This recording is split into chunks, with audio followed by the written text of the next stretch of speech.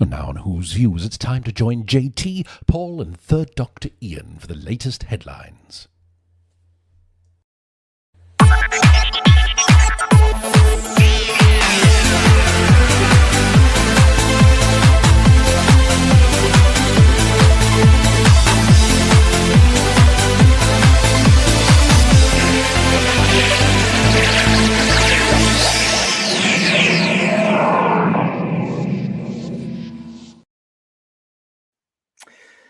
Hello, Who viewers. Welcome to your big show. And don't let anybody else tell you that it isn't, because it is your big show here on Who's Views. It's headlines. It's Sunday, the 29th of March, 2026. It's good to see you.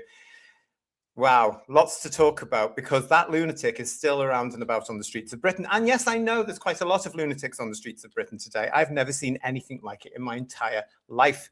But you know which particular one I am talking about, because have you heard? Someone left the door of the padded cell open, and Rtd managed to find himself in France. And when he was in France, he was talking a load of gibberish. A lot of it. We're going to be talking about it with you. I cannot wait to hear what you're all thinking. That's coming up. Oh, and that's going to take up most of the show. So here is a warning. We are going to be talking about he who should not really be named. But we're also going to be looking at the fact that, and I'm calling it now, from what he has said this week, he has gone after Christmas. And I really do believe that the show is going on another, to use the famous word, hiatus. Bring it on, I say, where we're standing at the moment on the 29th of March, 2026. It's great to see you all here in the chat.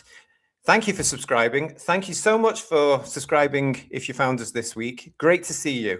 This is our political show on a Sunday live. So come into the chat. You'll find everybody in there is absolutely lovely and fantastic and giving out their opinions.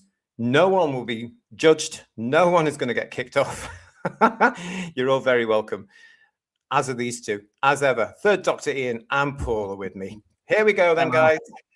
Evening all. Evening. How you doing? Evening.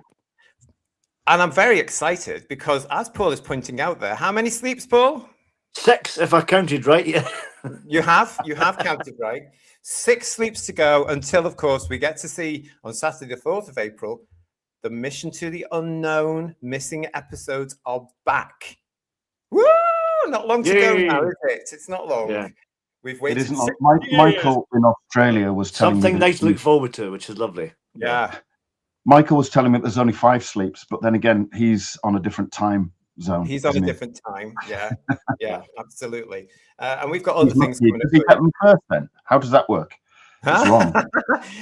At this point as well, I just want to point out that I have had people from abroad getting in touch with me saying, when will they get to see the Daleks master plan? And that's a very good question. And of course, the BBC have not announced yet as to when our friends abroad get to see the Dalek master plan, these new episodes, because of course, Third Doctor Ian and Ian when he comes back in, sorry, Paul when he comes back in, they have no way of actually getting them out there now, because thanks to the Disney deal, they messed up all their usual channels of being able to say something like ABC in Australia, or we've got these, will you broadcast them at the same time, or whomever they were doing it through in the States or wherever. They've messed that up. So our friends abroad at this moment, unless they've got the access, which they shouldn't have, of course, we have to state that very clearly, to the iPlayer, they're not going to get to see it until possibly a commercial release. That is true, although as that gibbering maniac said on one of his posts just over a week ago, they're able to be viewed on iPlayer for free, which of course we know is absolute hogwash, but there we are. But I mean, we know full well, don't we, that anybody around the world can watch BBC on iPlayer because it doesn't ask you to prove anything. It just says, have you got a TV license? They'd be stupid if they said no. They just say yes, and there they are, full access, because the mugs in the United Kingdom are the ones that pay for it, and the BBC doesn't care because they're laughing all the way to the bank, aren't they? Until Mr. Trump has his way. But yeah, so I'd imagine they'll watch it on iPlayer and say they're in the UK and they've got a TV license, JT. Yeah, I just feel for our friends abroad at the moment who won't be as excited as the British fans, because we are getting them in the next few days. We are getting them this week. We're getting them on Saturday, Easter Saturday here in the United Kingdom. It is Easter Saturday as part of Easter weekend. So you know, it's exciting for us, but for all our friends abroad, as soon as we hear anything, I have asked questions, and I've asked people that may be able to find out, and they have no idea. No idea what's going on. As you've already alluded to, there are ways and means, and Doctor Who fans are very resourceful, and I'll put it like that. Yeah. Yeah, exactly. Yeah. It's great to see you all in the chat. Hello to you all. I'm not going to go through individually in the chat to see you all, but it is lovely to see you. We do have your big show for you this evening. I just do want to say, as usual, a huge thank you to everybody that's been getting in touch with us this week here on the channel. Another huge mailbag, especially when you know who opened his big gob over in France. Suddenly I had lots and lots and lots of emails, which I do expect, and thank you for that. Keep it coming. You don't ever assume I've seen something. Keep sending it just in case. So whosviews1@gmail.com, of course, is the email for you. Thank you so much, everybody. And I want to say thank you very much to David Nash, Stephen Rogerson, Steve Henley, Rory Stanage, Paula Baines, Cara Hughes, Mark McIntosh, David Blanchard, Sean Cryer, Steve Rogerson, Linda Harper, John Mason, also to David Blanchard, Reese Waldridge. And also, I just want to say a huge hello to Kenny, Keith, Eddie, and David, who I met yesterday at Carlisle Comic Con, which I have to say, ladies and gentlemen, it was okay. Not my thing. It wasn't one of these big Comic Cons that you think with, you know, all these, you know, it did have a few things. I had Kevin McNally there, for example, you know. But I have to say, I felt my age because I didn't know who the hell they were all cosplaying that, because it's all this Japanese anime thing. Right. Yeah. I don't know anything about that. Do you know, I have no Very idea. popular, though, isn't it? It's huge. Popular. And there are some of the It kids, takes all sorts to make a universe, doesn't it? Let's be honest. yeah. And some of the kids are walking around like big blocks of Lego. Yeah. What? I mean, the Okay. cosplay part of it's not my thing either, but they're very talented people that make great costumes. Costumes are Much fantastic. better, yeah, much better than back in our day, you know. Yeah, well, yeah, a lot. Yeah, but and they're very creative and they're very inventive, these young people. But I'm walking around going, I don't know who you are. Don't know who you are. I don't know who you are. if there had been some Star Wars or Doctor Who or Star Trek cosplayers there, I would have got it. But the interesting thing is, there weren't. Yeah. Now, these are the three big franchises which are not big anymore. This shows you where the youngsters are getting, and that I think this, guys, and we'll tie this in with what we're talking about with RTD later. This is why I think these alleged producers of these big franchises who are destroying our shows, they're trying to get that market, aren't they? They're trying to get the anime kids who are not going to be bothered about their beautiful, diverse and DEI wonderful casting stuff. They're not going to be interested in that at all. It's the wrong audience they're going for. They're not going to swap some sort of talking and dancing pony thing, I think that's what she was dressed as, or a fairy or whatever it was, for a guy in a police box. It's a totally different audience. Yeah. Well, I don't think they're going to swap something that they really enjoy and get something from, and swap it for something that is preachy and shite. Yeah, exactly. Exactly. Digby, hello. Hope Mrs. Strawbridge is fine and dandy as well. Thank you for your super chat. Has RTD said something daft again? Surely not. Daft is being kind. He never learns. Yeah. Oh, yeah. Oh, yes. Wait for it, because, of course, as you know, he has. And also, thank you to Mark Reeves for your super chat. With these current idiots in charge of our Doctor Who, friends abroad will be our only friends. Mind you, I think that makes JT Foreign Secretary. He wouldn't let me in government to tell you, because I get this country sorted out within a month. And they wouldn't like it because it would be hard, because I'd turn around and say, enough with your crap. Do you know what I mean? You think reform and restore? Nothing on me. Honestly, nothing. Terrified Monk wants to know, did I cosplay Gatwa yesterday at the Carlisle Comic Con? No, I didn't. Although we've got similar hair. Yes, we have. Yeah. I was going to say Ben Weir said there was a few people when he went to see Wars of the Deep who were dressed as Gatwa, which is interesting. So there are two of them, I think, who like Gatwa. I think, yeah. I think they're pushing pushing an agenda there as well to say, oh, look, he was popular, even though he wasn't. But there was nothing here yesterday. On top of that, I also want to say a huge hi to Keith Barnfather from Real Time Pictures, who was there yesterday. So it was great to catch up with Keith. And it was also fantastic to catch up with Neil Cole, who's our friend from, of course, the Museum of Science Fiction in Allendale, which is a wonderful place. And where, guys, we are aiming to get to this summer. I warned him. Yes. Our work's outing, superb, lovely, look forward to it, yeah. Yes. And we'll let you know when we're doing that, Who Viewers, in case any of you can come and make it as well. Lots of you in the chat with us already. Have you seen this, guys? There are lots and lots there, lots of people with us. It's great to see you all. Thank you for being with us. We're going to crack right on. But before we do, I mentioned Rhys Wooldridge in my thank yous there. Rhys, the past few days, Paul, you'll be interested in this, went to another Comic-Con thing. Now, you didn't tell me where it was, Rhys, or if you did, I didn't write it down because I couldn't see it because the emails were so busy this week. But he has been to another convention thing. And Paul, guess who he got to meet? You're going to be slightly jealous. Yay! Yeah. The 8th Doctor himself, Paul McGann. So well done with that. Rhys said it was £40 for a picture and an autograph from McGann. I think he's gone up. He also said that he was a lovely guy, as we all know. If you've met him, he is. He's fairly quiet, fairly down to earth, which I like. And Rhys had a lovely time at this thing he was at as well. So thank you for the picture, Rhys. Really appreciate that. And there is McGann, of course, celebrating the 40th anniversary of his Doctor. Yeah, good for him. Is it 40? Yeah. Is it 40 or 30? 30. 30. Yeah. Thank you. 30. Yes, I thought. Yeah, we're not that old. No, we're not that old. No. I had to really think about that. That's how old I am. What year is it? Yeah. I know. Yeah. I know. Yeah. I've got an excuse. I'm mad. Not as mad as RTD, but I'm just insane. Yes, Julianne. Hi, Julianne, who thinks us paid Gatwa cosplayers. They're probably the same groups that pay to attend the lefty marches. Yeah. Oh God. Yeah. Those unions are busy whipping their members into shape and paying for all their ridiculous flags and banners and stuff like that. Honestly, do they have to pay extra for that? Do they?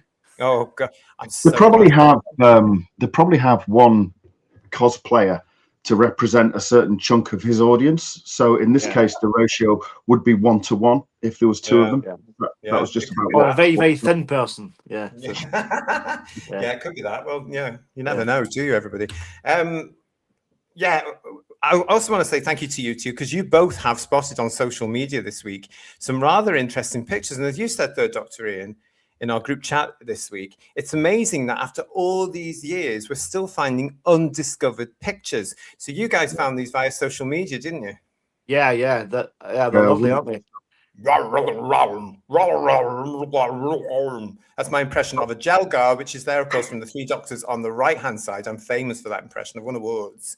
And that one is a fantastic picture on the left from the Sea Devils. Yeah. That's Pat Gorman there, isn't it? On the left. Gorman, in his string vest. Yeah. Yeah.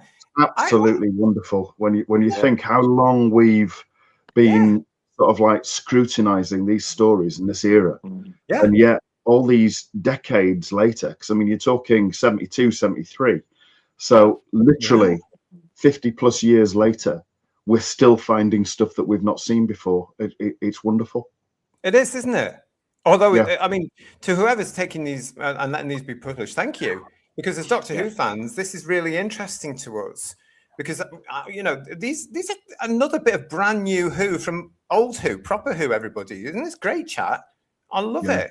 It's like archaeology, isn't it? Really, almost. It is. Yes. Yeah. It is in a sense. I know what you mean. But I just think that's fantastic. It's lovely. John Mason is saying the guard looks like a still from a video. Ooh, could you imagine if there was behind the scenes videos on Cinefilm or something, the making of the Three Doctors? Oh, that'd be lovely, yeah.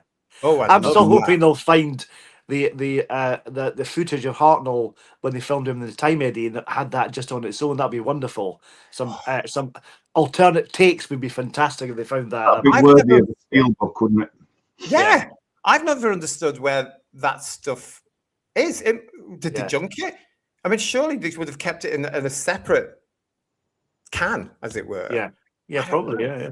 You would hope so.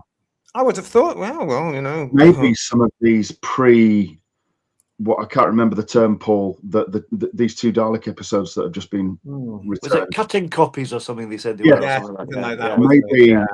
they're in that area because that's a whole new area, isn't it? Really, that's not really been looked at before. So No, You never sure. know. You never say never. Yeah. no, X-Man 577 is saying to us there, I want to go back to good classic Doctor Who. Well, the good news is that you will be able to soon. We do know there will be commercial releases, but as we just said at the top of the show, for all our friends abroad, we don't know when you're getting the Daleks Master Plan missing episodes because they have mucked up how they would do it. Usually with the Disney deal, they don't have any distributor abroad. They don't have, I don't think they have the relationships now with the foreign channels anymore, because they would have been like, oh, you're coming back to us now, are you? Oh, and then you're going away again in the future, are you? Right. Yeah. And quite rightly too. As soon as we know any more, X-Man, we will let you know. Dystopian Nightmare is saying to us, they're great picks. They are. I love it. I love it when they all turn up. It's a good time to see. Ancora of Sci-Fi Fantasy, nice to see you, and thank you for your super chat. Evening, you fine gentlemen. Oh, well, that's fabulous. Yes. Love that. Thank you very much. Did either of you see Mark Gatiss on Newsnight? He was so smug, and I wanted to punch my television. Well, I don't watch the BBC, as you know, so no, I didn't. Did either of you two? No, I No. don't know who was on it. That's news to me. Yeah. Why would But he he be on does that? generally- Or Sci-Fi? he does generally come across as smug, though, doesn't he? He's Yeah. been, in a personal opinion, he's been long overdue a damn good slap to the face for quite some time for his smugness. It's really quite irritating. Yeah, it is. So, yeah, let me know why he was on it anyway. What the hell was he doing on Newsnight? Connor Simpson wants to know, have you watched the Dune Part 3 trailer? Connor, I have to say to you, I have. Loved the first two movies. Absolutely love them. Proper sci-fi. I actually even watched them to fill up space in the evenings when I was in hospital. I'm really, really enjoyed watching them there as well. So I watched Part 1 and Part 2 because they were on the ITV thing. So that was nice to see. What else? Yeah, I've seen the trailer. I will go and see the film. The trailer didn't excite me, I have to be honest, much like the Harry Potter thing we've just been talking about tonight on Live at 6. But I'll go and see it. What can I say to you, Connor? I'll report back when I've seen the film. Yeah. The Prince Lover is here. Hello. How are you? Thank you for your comments through the week on our shows. Nice to see you. And of course, fabulous picture there. Love it, of Prince. Yeah, wonderful. Good to see you. There was some other news this week, wasn't there, guys, concerning the BBC. And of course, it involves this fella. Now, for those of you outside the United Kingdom who haven't heard about this, and indeed, if you're in the UK and don't care, this is a gentleman called Matt Brittin, who was officially announced just this week as the brand new Director General of the BBC. Now, Mr. Brittin has an incredible job in front of him, a huge job in front of him, because he has to restore the reputation of a now damaged British Broadcasting Corporation. He has to look at its entire programming. He is responsible for the money. He is responsible for the charter. He is responsible for trying to get the license fee remaining, or not. He is also going to be looking at what the alternatives are. That's what we're led to believe. Whether or not that comes across, guys, or whether or not he's going to do that, I don't know.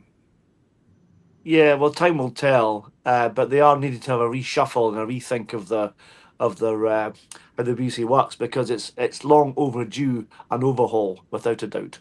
Oh, it certainly is, isn't it?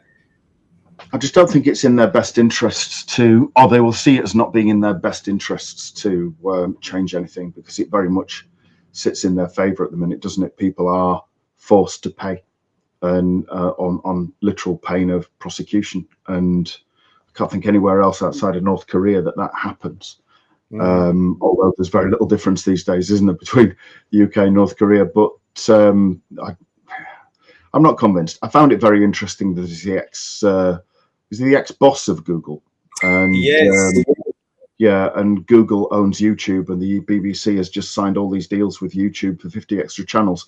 I find that more than a touch coincidental. Because when they announced that, they would have known he was already appointed at that point. So I don't know. There's more to this than meets the eye. And I think the one thing that we can guarantee is it's not in the interests of the viewers. Well, never is it? Let's be honest. No. Well, we're No. going to find out very soon because he starts work almost immediately. So what we're going to do, absolutely, everybody, is we're going to look at this now. Keep your chats coming. Strike the likes, please, guys, says Hayden. You're absolutely right, Hayden. Thank you. And I want to say thank you to Kirsty, who's in the chat, and to Legion of James, who's in the chat as well, making sure that everybody's happy in there. So thank you so much. But let's get into this particular story, because this is the new Director General of the BBC. From the bbc.co.uk, ex-Google boss, as Third Doctor Ian rightly said that, is confirmed as the new BBC Director General. Former Google executive Matt Brittin has been confirmed as the BBC's new Director General. The ex-president of Google's Europe, Middle East and African operations will replace Tim Davie, who said he was resigning in November following a storm over how Panorama edited a speech by the United States President Donald Trump. The BBC chairman Samir Shah said Brittin, who left Google in 2025 after 18 years, brings to the BBC deep experience of leading a high-profile and highly complex organization through transformation. Brittin, who is 57, said he can't wait to start this work, describing it as a moment of real risk, yet also real opportunity. He said the UK needs a thriving BBC that works for everyone in a complex, uncertain, and fast-changing world. Setting out his agenda, he added the BBC needs the pace and energy to be both where stories are and where the audiences are. To build on the reach, trust, and creative strengths today, confront challenges with courage, and thrive as a public service fit for the future.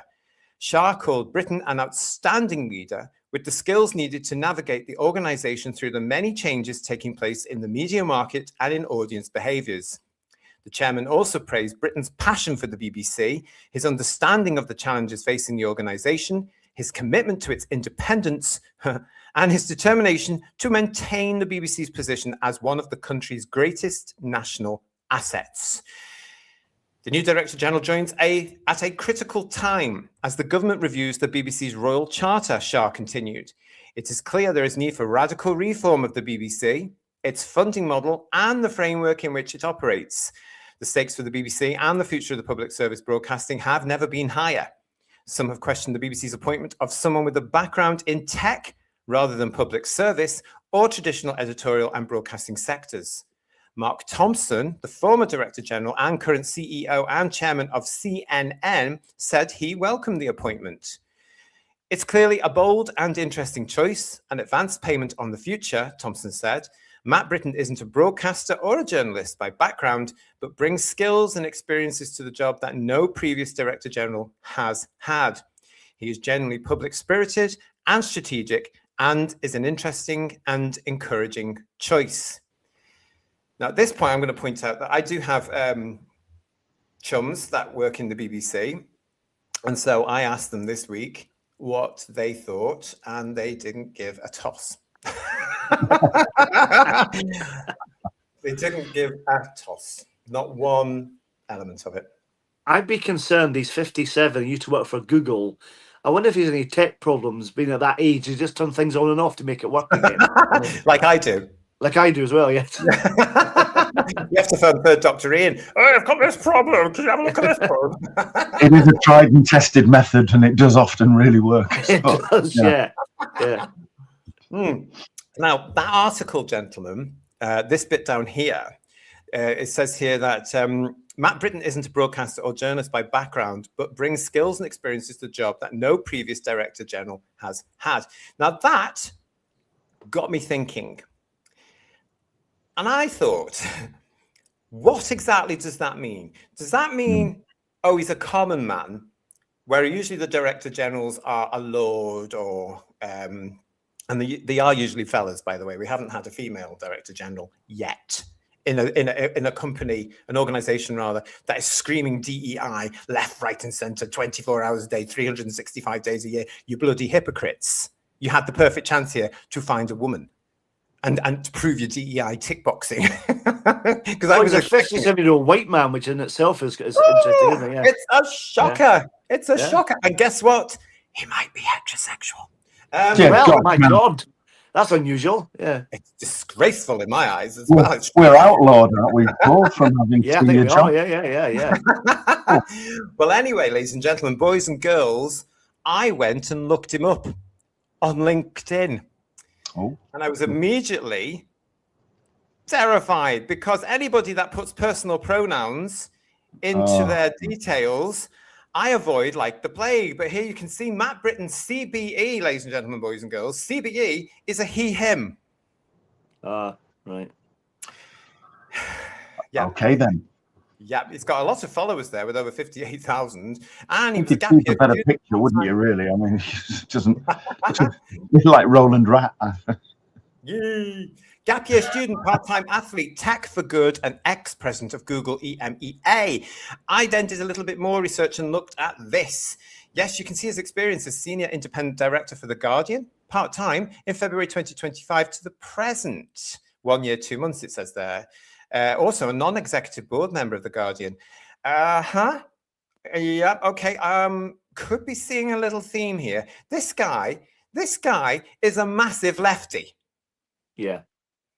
He has to be. Google when it was, you know, and then the Guardian. Hello, this guy's a massive lefty, and now he's going into the BBC. He's going to be so at home, it's unbelievable. Let's have a look and see what else he's got. He's got his Google details here. He's done a lot of Google. Look at that. Lots of that. He was outgoing president. Now, of course, he was president VIP Europe, Northern and Central, managing director of the UK and Ireland, on the board of trustees at the Media Trust. He's also been the non-executive director of Sainsbury's, which, for those of you outside the UK, is one of our huge supermarket chains here in the UK. He was on the climate group as a broad trustee, and then he did 2 years 11 months at Trinity Mirror as a director of strategy and digital. Tried to save the newspaper industry, he said, as part of that. From what? So he's jumping in to save the day. He's jumping in to save the BBC. He's jumping in. By never trying gonna manage to save the newspaper back in 2006-07, does he mean from going online? Because that seems very anti-tech, doesn't it? For somebody that then went on to lead Google. You could be right there, Dr. Ian. You Robert Payne saying 9 years at Sainsbury's, so he's to blame for my grocery price. Doesn't Ned in Scotland mean non-educated delinquent? Yes, whenever I see Ned, I think of that. So if you watch Still Game, you'll see many of them in that. Yeah. So. Yeah. What else we got there? Sainsbury's is harder to get a job than at MI6, says Stevie and Jeannie Frith. The supermarkets in our country are absolutely insane. And you have to go through all that online stuff when you're actually applying for any job now, which is got all these key, what they call white words. That's racist. You got all these things here, you know, these hidden words that you're supposed to use for the algorithm to pick you up so you can get an interview. What are they doing? I would, again, who viewers, I would scrap all that and say to the employees, we could just go back to the old-fashioned way of getting people in and judging them from what they say and seeing who's better for the job rather than all this crap. And with AI coming along as well, do you know what I mean? That's going to take more of it, isn't it? I used to like this when I was interviewing for jobs that I was in and I was looking for staff. I used to love putting 2 days aside, meeting loads of people constantly coming through to say, who's going to be next through the door? Are they any good? Do we like them? Will they fit in? Will they do a good job? I used to love all that. It's 2 days of just meeting people. Bloody idiots. Honestly. What else we got there as well?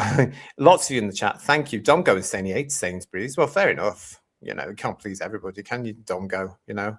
So Sydney Rough Diamond, hello to you, is saying to us at The Guardian, he's a wrong un. It's amazing how we now assume, isn't it? So Sydney Rough Diamond. I'm guilty of doing it myself now. I really am. Hello, PB. PB's just joined us in the chat as well. How are you? And is Matt Brittin in the crow's nest to warn against icebergs, said John Steed. Very good. Very good. Yeah. That's terrible, isn't it? But it's funny. Digital pollution, mind your language. And Raymond William is saying to us, hail. Hail to you. Hail. Hail. Sleet, Hail. rain. So, carry on. We love all that, don't we? That's not the only thing I found, though, boys and girls. And you know this channel. And you're going to love this. Because, again, it's out there. I've probably been blocked by now, though, I'll tell you after this show. But I found this on his LinkedIn. This week is Trans Awareness Week, a time to celebrate, this is from 2 years ago, by the way, a time to celebrate the transgender community and raise awareness of the challenges that transgender people face.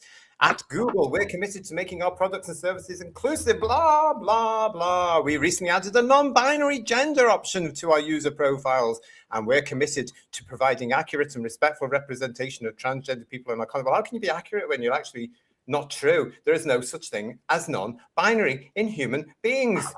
I mean, blah, blah, blah. It says here, we know inclusivity starts at home and we're committed to creating a workplace where everyone feels welcome and respected, blah, blah, blah, blah, regardless of gender, identity or expression, blah, blah, blah. You see, I can't be done with any more of this. Can you, who views? It's there for you. Stop the video when you play it back. More lefty bullcrap. I can't stand this talk. Do you know what I mean? There's all this nonsense and enforcing and following lies and ideological dictates and all this nonsense. So we're just going to get more of the same, aren't we, then? There's going to be no change whatsoever. It's just business as usual. Yeah, probably, yeah. He's definitely pinned his colours to the mast, hasn't he? So it's going to be interesting to see if he does an operation backtrack on things like that. But I mean, I don't know what you mean by trans awareness, because they are everywhere. Oh, I know. They are everywhere. They are so they're like Welsh newsreaders. They're way more they're disproportionately represented on television. You know, they talk about demographics and everything else, but it's like, you know, just way more. It's a method of trying to make things appear more prevalent than they are, and that's definitely a BBC trope. Oh God. Well, let's same old thing. We've got Siegel here saying to us, Jim Hacker, remember him? The Guardian is read by people who think they ought to run the country. Yeah. Nothing changes in 40 years, does it? Absolutely not. But George United is coming in to say to us, hi, I'm more optimistic. I reckon we'll see some improvement under him. You never know, George. You never know. You might actually be right about that. Certainly with his Google background, as Ian was saying there at the top of this segment, he's going to have a hand in saying what they do with that side of the business, and his experience will come in, and that's what swung in the job. But I have to say as well, on the other side, there are lots of pretentious lovies in the media industry who are not happy with this because he hasn't come from their side of business. He's not a journalist. He's not from television. He's not from the media. And by God, some of them are sulking, I have to tell you. Shocking. What was Tim Davies' background? I genuinely can't remember. Can't remember, don't care. Yeah. The Doctor Who fans are very excited by the prospect of his appointment, aren't they? They're very excited online about, because he's a fan or something. Really, is he a fan? Yeah. I'm glad you pointed this out, Paul, because again, I heard this little thing flitting around because allegedly this new gentleman, this new BBC Director General, Matt Brittin, is a Doctor Who fan. How do we know? I asked myself. How do other people know this? Well, I traced it back to this pile of crap on ITV. This, of course, is one of their daytime things with Matt Allwright. Nothing to say about Matt Allwright. But what he did is he brought this thing up. Matt Brittin's CV, Olympic level oarsman, Cambridge boat race competitor, formal Google executive. I can't see what that other thing is because I've got the tagline in. But then at the very end, it says Doctor Who fan. I thought, right, okay, well, that's not answering my question about how do they know. So I did some more research and I found that it was from the fact that he had spoken of his love for the heritage BBC show Doctor Who. So this says, in a speech to the Royal Television Society, where he highlighted the global impact of British television and pointed to Doctor Who as an example of the UK's internationally recognized creative output. So that's where it was from. It was from a Royal Television Society event. But if you look at what in the context of what he said, he equated Doctor Who to an example of how important the BBC's content, or creative output rather, abroad is. And yet Doctor Who now has no audience abroad, just like it doesn't have in the UK, because they told us to bugger off and touch grass. Well, we've been here before, haven't we? Because Russell T Davies was a Doctor Who fan, allegedly, and look what happened. So, Apparently he was. Do you remember those days? Yeah. I don't believe that. I don't believe that. Yeah.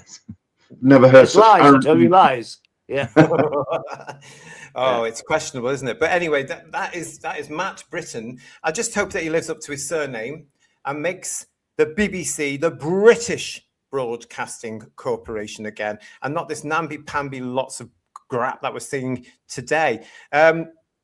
Lots of people in the chat, guys. It's going very, very quickly. We've got Graham there with us saying, unless he's watched all the 60s recons, he's not a proper fan. Very true. It's very true, isn't it? It is very, very true. Mark Greaves, thank you for your super chat. When I go back to work tomorrow, I'm going to identify someone who doesn't want to do the work or be there, but still wants to get paid. See how that goes for you, shall we? Yeah. Good luck. Yes. Especially if your HR believe in all this crap. Try it on. Let's see what they come up with, shall they? Yeah, because there'll be a line that they'll have to struggle with, and they will struggle with it. I tell you, we've got kids in schools taking the piece, saying they're a cat or the moon or something like that. Yeah. Utter nonsense. I did hear some schools are putting cat litter out if they need to go and things like that, which is nonsense. Yeah. Chris Lawley is saying, "Oh, how great the BBC used to be," and you can see when you look at all the repeat channels that we now have here as well. The quality of the BBC programs from the 90s backwards is incredible. Absolutely. Yeah. I was watching To the Man Born the other night, was laughing my head off. I've forgotten how good that bloody thing was. 30 million viewers that show was getting a week back in the day. Can you imagine? That's never going to happen again. No, it certainly won't. That's half the population, isn't it? It was then. It was then, wasn't it? 30 million viewers, ladies and gentlemen. John Steed is saying with his age, he could be a Pertwee or Baker fan. Yeah, he could be. It doesn't necessarily mean, though, and let's stress this out now, that even if he is a Doctor Who fan, if I'd got the role of BBC Director General, and I didn't apply this time, but, you know, if I'd got something like that and I made it known I was a BBC Doctor Who fan, it doesn't mean I would protect the show. Because if I saw it and I thought, that's crap, it would be axed immediately. Yeah. And I'd say, no, who's in charge of this show? Sack him. Who can we get in to do it properly? So it doesn't mean anything, does it? Yeah, where's Michael Grade when you need him? Let's be honest. Yeah. Well, yeah, he's at Ofcom, if you need to know. He's at Ofcom now, isn't he? Yeah. Bless him. Getting a lot of stick as well, Michael Grade. Things never change for him, does it? He never had an easy life, Michael Grade. Oh, you're letting GB News off the hook too much. Blah, blah, blah. He doesn't love Doctor Who. He just sees it as an asset. He's looking at it like a commodity, says Digby. Yes, and they should. Well, good luck with that. Yeah, but they should be looking at it as a commodity, and they should be looking at it now saying, why is this very important franchise we have, or a program we have, in the toilet? Yeah, I guess if Doctor Who was on the stock market, the shares would be worth very little, you know? Yeah, can you imagine? Compared to 10 years ago, 15 years ago, honestly, yeah. I know. Yeah, it would be bloody... It's embarrassing. We've said it before on the show, isn't it? It's embarrassing where the show is right now. It really is terrible. Siegel is actually saying to me, Penelope Keith would have made a great Rani. God love her. Absolutely lovely. I saw her in a Marks and Spencer's once years ago. Yeah, I didn't have the balls to go up and say, excuse me, hello, how are you? I just couldn't. I just thought, leave her alone, leave her alone. But she looked fabulous. Moriarty, it's good to see you. Greg Dyke went on to run FIFA, and that was found to be filled with fraud, independent of Mr. Dyke's knowledge. It's a different club when you are the Director General level. Exactly, because you have to look at the bigger picture, or you should do if you're doing the job properly. Do you think, guys? Oh, definitely, yes. Yeah. IPB, we don't need Michael Grade. We've got RTD, who will get the Who cancelled quicker than Grade did. I actually think he's managed that already. And now that we've spoken about the new Director General, let's get on to it, everybody, shall we? Because it's that time of the show where we're now going to be talking about you know who.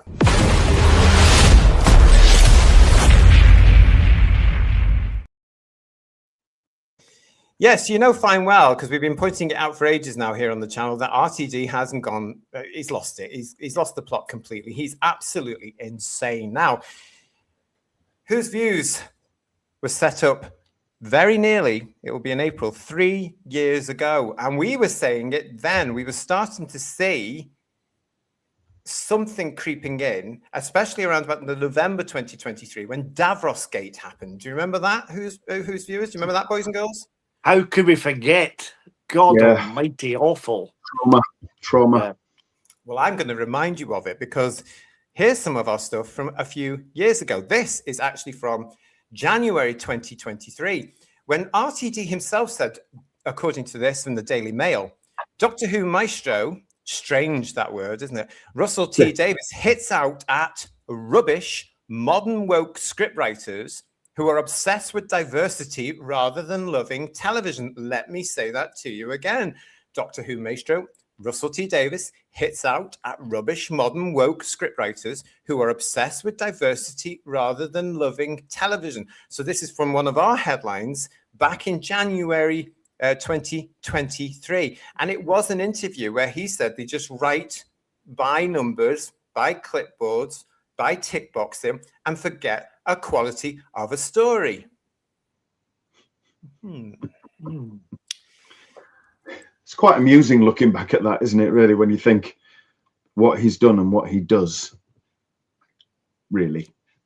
Well, he's doing exactly what's in that article. That's incredible, isn't it? Really is now. Yeah. Let's jump forward a little bit, shall we, Who viewers, to the 16th of April 2025, when Doctor Who boss Russell T. Davies hits back at wokeness criticisms. The showrunner says he has no time for complaints from online warriors. So between 2023 and 2025, something shifted. Something shifted, and it affected his entire outlook on everything, because we now know where he is. We've known for a while, and this week, Paul and Third Doctor Ian has cemented it. His absolute insanity.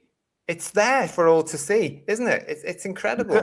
Because that article there from 2023 kind of gives you hope. You think, okay, it's not going to be like that, but then it now is. It's scary. It really is. Yeah.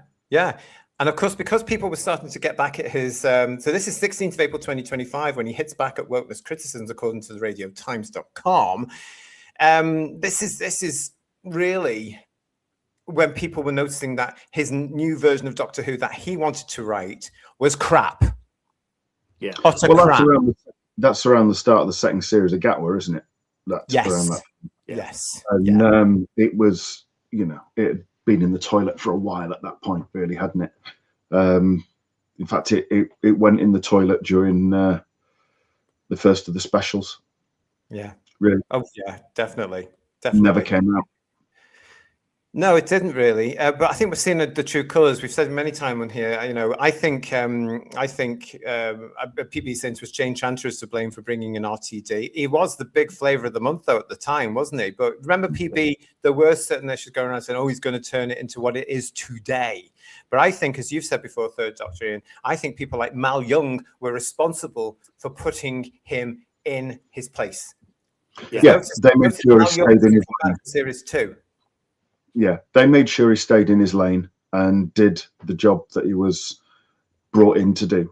And I think they probably curbed any excesses that he wanted. But I think there was always warning signs there. There was always things that snuck through. And ultimately, that's probably one of the reasons why Eccleston walked. But there was some control there, which was completely absent when he came back, because they saw him as a savior and he thought he was probably God or thereabouts, allegedly. Yeah, exactly. Hi Jess, that lot should be nowhere near the Xmas special 2026, Christmas special 2026 Read Doctor Who. Thanks to the BBC studios and Bad Wolf, the true fans are the ones paying the license fee. They gave us the middle finger. They really, really did. And what they seem to forget, what these idiots producing these long, whether it be Doctor Who or Star Trek or Star Wars or whatever it's going to be, these long franchises, these long-running shows with massive, huge amounts of fan bases, what they forget is we will stay there long after they've gone. Yeah. They forget this. You people producing our beloved shows are a teeny weeny part of these shows. And we as fans will stay with it when you've gone to do your soap opera or whatever it's going to be. And they forget that. They really, and that annoys me. Well, dissing the law of fan base is not a really good business plan, is it? Let's be honest. Yeah. No, it's just, I don't know. They tire me, guys. They really do. Raymond Williams, hi Raymond. This article really proves that RTD deliberately used Doctor Who as his personal vehicle to try to convert children and young adults to his world view, allegedly. There's been an awful lot of that around this week because of things he has said. We're going to come to that shortly. And MD, nice to see you, MDB 18468. Whoever takes over Doctor Who, I hope they forget all the silly woke politics and make good old-fashioned sci-fi if they get the chance. I personally believe, MD, that they need to bring Doctor Who off after Christmas, which it looks like they're going to do. We've talked about that on the show before. It looks, guys, like it's coming off after the show. And also we've got it here in the show tonight. It looks like Russell is writing the Christmas one and then buggering off.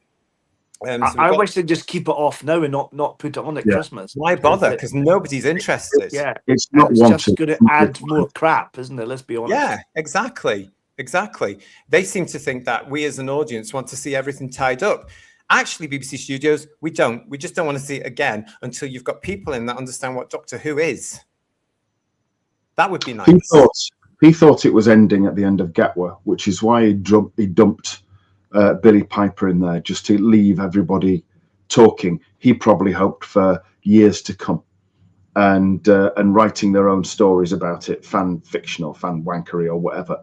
But now he's got this Christmas thing, so now he's got to come back and try and make some sense of it. And you know full well, if that was how he was prepared to leave it at the end of Gatwa, how is he going to leave it this time? He's just going to try and cause more damage, isn't he? As if you can damage it much more, really. Yeah. Yeah. But this is what's happening. So we know what's going on with him here. I just wanted to put that in place. Now, I also at this point want to remind you of this. This was from last year, where Russell T. Davies speaks to Ricky Bolito, and RTD was crediting Children's BBC for his love of all things TV, drama, and Doctor Who. He told me, Ricky Bolito, that the future of the franchise could rest with the viewers of Newsround. Now, this was taken hard, of course, by the minority of dedicated fans to Dr. DEI that there are, because Russell also said this, if you remember everybody, to a statement to Newsround. I kind of know that the Doctor's reached the status of like Robin Hood. Sometimes there might be a pause, and during that pause, the viewers of Newsround now will grow up and start writing stories, and they'll bring it back. So I have absolute faith that Doctor Who will survive because I am living proof of it. And that's what happens to good ideas. No good idea ever dies. So that, of course, got them all going, oh, no, it's coming off the air. It's coming off the air, blah, blah, blah. To which they swiftly reacted a few weeks later, Paul, if you remember, and said, oh, you're going to get a Christmas episode in 2026. Yeah. Bizarrely, that comment about the children continuing it, based on him being a writer, growing up watching Doctor Who, blah, blah, blah. Doctor Who was in a different place back when he was growing up. Much more popular, I would say, generally across the board than New Who. And even classic ended, it was still quite popular. You know, it wasn't as bad as it is now. So I don't think the kids of today were still watching it to want to carry it on. You know what I mean? I don't think somebody watched it in 2005, was maybe, 7 to 10 or whatever, is going to come into TV because of Doctor Who, because it wasn't as good as it was back in our day, you know? Yep. Exactly. And we're going to keep this conversation going and what Paul's saying there going, Who viewers, because, of course, I'm just showing all these things that he said before because it ties in massively to what he's been kicking off about this week. You will know that this week in France at the Series Mania International Festival, which has now been going for 60 years, and it's an international festival that is dedicated to television. It's the biggest television festival in the world. So it's purely about television. So they come from all over the world and all the networks and stuff. And it's very sort of, there are a lot of students, media students there. There's a lot of people in the industry there, a lot of whom will just listen to what Russell T. Davies is saying and kiss his arse, quite frankly.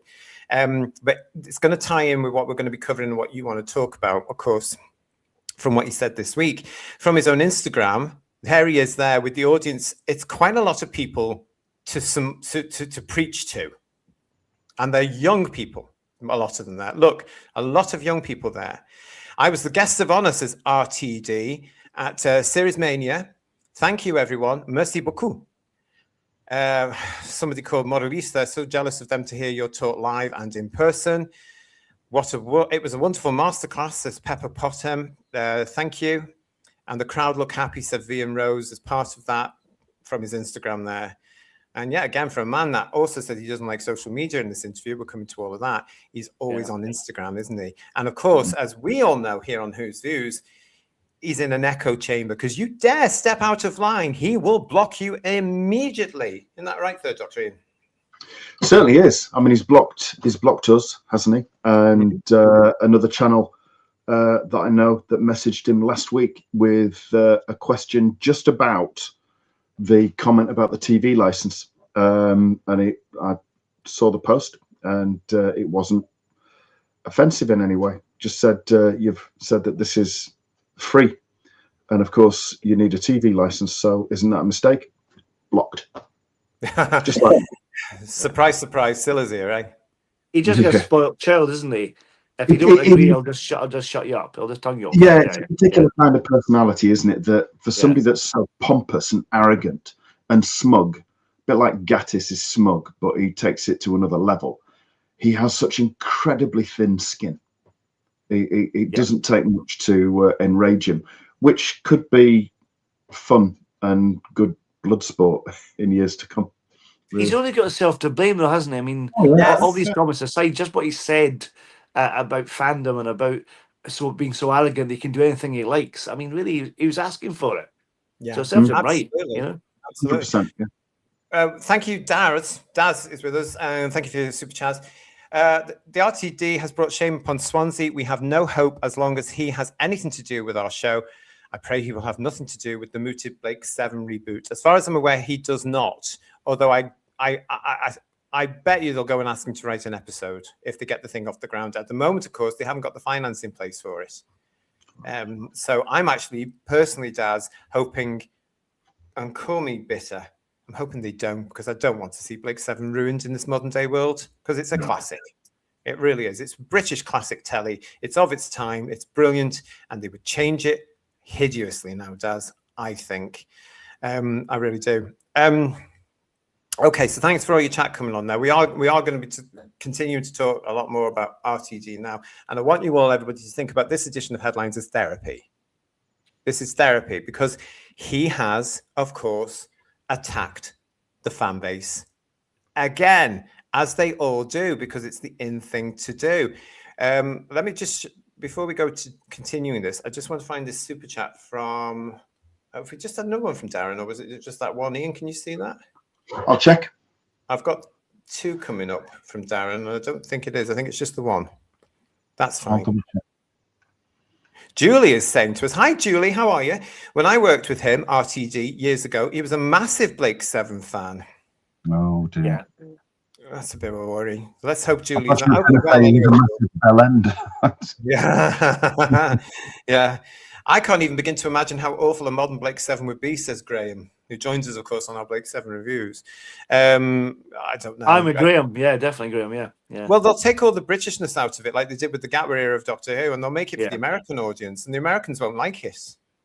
Yeah. You know, I think it's very, very, I think it's a very dodgy subject, that particular one. Okay, we'll crack on while Ian's doing that for me now, because we've got a lot to talk about. But yeah, keep your comments coming. Before we continue talking about RTD, of course, though, we do need to actually say we're very sorry for him, because this week, ladies and gentlemen, boys and girls, he was, of course, bemoaning the loss of his favorite TV show. You gave the LGBT, sorry, but there's a great big fuss over the cancellation of the recent Star Trek series, Starfleet Academy, which I loved. I thought it was amazing. And I think particularly in the realms of science fiction, there's that, which has a very male skewing audience. And that male skewing audience is a science fiction audience, which tends to be men who sit at home and go online too much, which tends to be a right-wing audience, which tends to be more radicalized in their opinions. with that entire drift that way. This is the drift that affects the whole of society, never mind science fiction. But I do think through the lens of science fiction, it is particularly male and particularly skewing. So you have something like Star Trek Academy that I think was excellent, really excellent, and young and queer and fun, and just being axed. And I think we're reaching the stage where that online voice, that online criticism helped to get it cancelled and just helped to make the show sound sour. So even a new audience and a young audience didn't go to it because it was the show that old men complained about. Why would we look at that when there's all that noise over there? So I think that souring is becoming a genuine problem.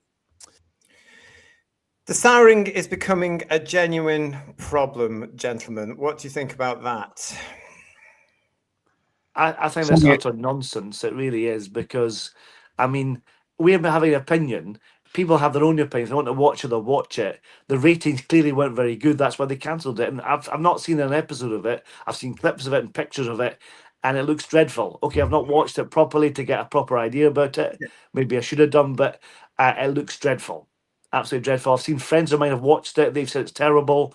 It's been cancelled because it's crap. Simple as that. Yes. And what we've got as well, projection, says Ezra Goldstein here. Yeah, I love that, Ezra. Thank you for that. What we've got here, though, is he's only getting it. Because remember, 2 years ago now, we reported here on Headlines about that massive big ego fest him and Kurtzman did together at Comic-Con, which was utter crap, wasn't it? It was absolute nonsense. There's the two of them. Kurtzman didn't even look as if he knew who Russell T Davies was, never mind what Doctor Who was. And Russell is very much more, oh, I'm a Kurtzman fanboy. Oh, you're doing wonderful stuff. Kurtzman had gone on record, you can see it here on the Tube of Who, that he didn't care about Star Trek. All he was doing for Star Trek was using it as an agenda for their far left platforms and their politics. He says that on camera. That's what RTD was getting off on with Starfleet Academy. And I've not seen it, Paul, hands up. I don't want to see it. I've got no interest in it, especially when I see a gay Klingon. It's rewriting things to suit themselves. You know, absolute nonsense. That's the reason RTD said what he's just said there. That's the reason he's going to miss Star Trek. It's nothing else except, like the minority of its fan base, Starfleet Academy, who are not Star Trek fans in any way or means. They are diversity fans. They are DEI addicts. You know, that's the only reason that they're kicking off about Starfleet Academy. You know, oh, they've taken another one of our progressive, diverse shows that show non-binary people and trans people and bugger off. The only positive about this is that perhaps the networks are listening to fan voices that are saying this is crap, give us something else. That's a possibility, but I doubt it. But well, do you know what? I think it could be, because look, I'm going to say this to you guys. I'm going to say this to you, Who viewers. The other reason he'll be well annoyed about this, the cancellation of this piece of crap, which dared to call itself Star Trek. The other thing could be Doctor Who's in the exact same position now. And if he's suddenly realizing, and I don't think they're on the phone to each other every 20 minutes, Kurtzman and RTD, because I didn't think Kurtzman had a clue who this big fat Welsh fellow was. But, you know, they are in the same boat. Doctor Who and Star Trek are in the same boat. They have crapped on their fan bases from high. There is no public market for them. The merchandise is in the toilet. It's not making money. Star Trek Starfleet Academy just gets axed with 2 series in the can. And so did Doctor Who. Except Doctor Who's been given this nice little reprieve, very kindly by somebody who wrote it off at the BBC studios, to tie everything up. And then it looks like it's not coming back. But I think he sees a parallel. And because I think he does. These guys, their opinions, I don't think he can handle it. I think he does. I don't know if we go further into the interview whether he mentions Doctor Who. He probably doesn't, but he's making a comparison with that and alluding to Doctor Who without actually saying Doctor Who. Because if he admits he was cancelled, then it admits failure on his part as well. So he's kind of alluding to it without saying Doctor Who failed as well by comparing it to Star Trek without mentioning it. You know what I mean? Yeah. It's just everything, though, that he says is an excuse. It's an excuse, and it's slopey shoulders, not prepared to take any accountability for people not liking something because it was shit. And that is the basic reason. It wasn't what it was supposed to be. It wasn't what it said on the tin. It was something completely different. People tune into Star Trek because they want to see Star Trek. They want to see spaceships or space stations, but they really want to see spaceships designed like in the style of, from the designs of like the Enterprise, you know, with the nacelles and everything else. They want to see ships like that, flying around, having adventures, meeting aliens, monsters, things like that, getting into battle scrapes, and then coming out the other end and having a rip-roaring time. That's what they like. And what they get is just DEI indoctrination and lessons. Here's a warrior race. And the rot set in with, and this series wasn't that bad in some aspects, but the rot set in with Strange New Worlds when you had the musical episode, which all of these properties seem to need to have now. They have to have a musical episode. RTD at that concert in Wales before GAT was started was getting himself really quite worked up and excited about, shall I write one? Shall I write one? Knowing full well that he'd already written 2 full series anyway, and there was one in there.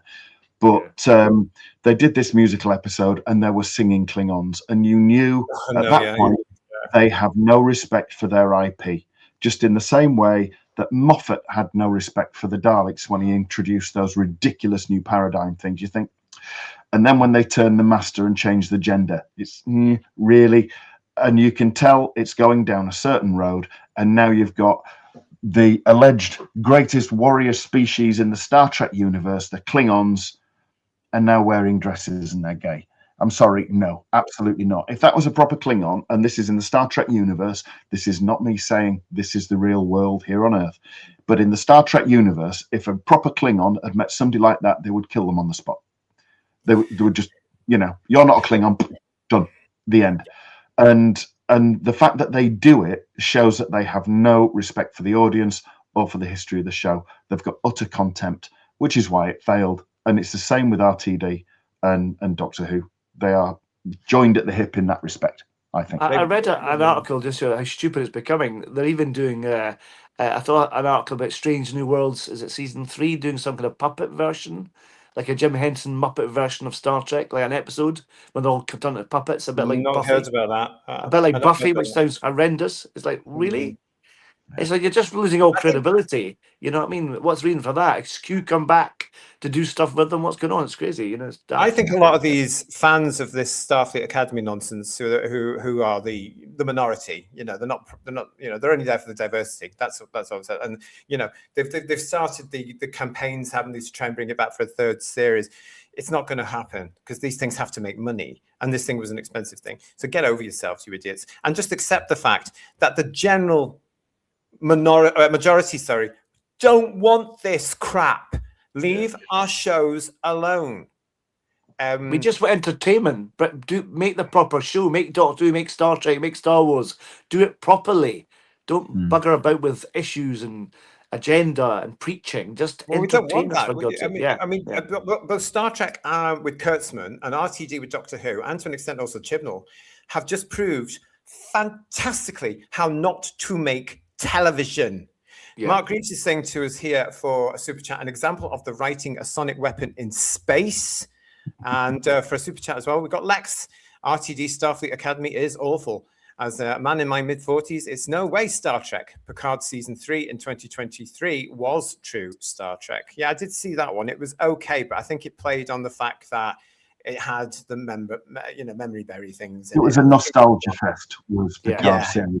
But I did enjoy it. I watched all 3 Picard series, and the 3rd one, and they all featured the Borg. It's just in the same way that an equivalent Doctor Who would all feature the Daleks. You know, it was all featuring the Borg in different ways, but each series seemed to have no continuity from the previous series. It was bizarre, and but the 3rd series was by far head and shoulders, and I think it was because it was written or produced or both by somebody who wasn't a fan. Oh, really? Who? I couldn't tell you who did it, but I don't think he was a Star Trek fan. He certainly wasn't from that group that have got it by the throat and are wringing the life out of it. So it wasn't anybody that's got anything to do with Strange New Worlds or with Starfleet Academy or anything else. Because I mean, there's been quite a few Star Trek spin-offs. There was that Section 31 thing and there's the animation as well. And there was also an animation crossover with the with Star Trek: Strange New Worlds as well, where the characters came out the animation into and they were proper people, and then they went back into the animation. Absolute bizarre. But there you go. Well, I just want to say thank you to Fraggle Hunter for your comment here. It wouldn't surprise me if RTD does a hit piece at Christmas to totally bury the show and throwing his rattle out of the pram. At the moment, Fraggle Hunter, and it's great to see you, I would agree with that because he's got these variations of a script depending on which actors are available. It's now the end of March. And as a couple of you said in the chat, end of March, and there's still no word on when they're going to be doing it. Now, we've mentioned in the show before that they might not even get to film this until late August or even September because of availability from other actors. I mean, RTD is absolutely desperate, but not only that, but because Star Trek Starfleet Academy has now been axed, he is mad because Doctor Who is in the same place. Through that interview, you will all know about this, but I want to know what your opinions are. I'll try and keep up with you in the chat. There's a lot of you in the chat, and it's going very, very quickly. Let's have a look at it then, because the big stories from it were, as reported on X, ironically, from Variety, Doctor Who boss RTD warns audiences that X is a, quote, hate site for fandoms. He said that online voice, which is hostile, exists on X, which is a hate site. We shouldn't be surprised to find hatred on it because it's a hate site. It's very dangerously assumed that this is the fan voice. Fandom is creative and brilliant and fun, but it's all getting soured, he said. Turn those phones off for anyone under 16. Chuck them in the bin. I literally am evangelical about it. So this is one of the things he's saying about X. Now, this is because, obviously, he doesn't like the criticism. And he's not used to it. We've said many, many times, guys, haven't we, on our shows? He's surrounded by an echo chamber of people who's going to kiss his arse and not challenge him. Let's quote again the fact that we reported last year, the year before, here in our headlines, whatever it was, that he said, who's going to stop him when it comes to writing the scripts and the way he wants to write them? And the answer is nobody, because they seem to be terrified of him. Yeah. But I think it's interesting. I use X quite a bit. Don't mind it, to be quite honest. Bit of football, bit of politics. Gets a bit salty sometimes. But you know what? If you've got half a spine, you can cope. But he gets slated on X, and he can't stop people. You know, and that's the thing. Same way with Starmer hating X and saying he wants rid of it or shutting it down because of its threats to children. And yet we've seen in the news, haven't we? That it's actually Meta and Google that seem to be the threats to children in America, certainly with their legal cases. I think X was one that actually wasn't involved in that, strangely, and that's quite telling. But he says X is a hostile platform, and yet it was Instagram on which he told our very own Jack to F off. I think he's using Instagram as a hate platform, to be quite honest. But he's done that a lot, Ian, to people. Yeah, we know that because he blocks them as well. Yeah, I think using the word hate is they keep using words in the wrong context. Hate makes it sound like it's those naughty Germans again. You know what I mean? It's not. It's an opinion. It's an opinion people are giving, okay, and then you get shot down in flames because you're an astronaut, etc. And it's like, no, it's a criticism of the artistic side of the show. We don't like it. We want to have something different. So if you can't accept criticism, don't be a writer. Don't be in show business, because that's what happens. You can't throw your toys at the pram and say to the critics, you can't criticize me from the Guardian, whatever, blah blah blah, because that's what they do in the art section. So it's like, if you get criticism, a review, you have to just go with that and take it on the chin. Don't be a spoiled brat and throw your toys at the pram. It's like some of these actors, you know, You're right, Paul. I totally agree with you. But it's like some of these actors. We've already spoken in the past about Gatwa and then Rtd'S. Oh, I remember the name. Thank you. Bitch face is all I know her as. Yeah. We've also had that name. Yeah. We've also had this week from the Starfleet Academy lot, the fella whose name I can never remember who played the gay Klingon. Oh, grow a couple, you mincing ninny. Because I'll tell you something. As Paul's mentioned, that you are an actor.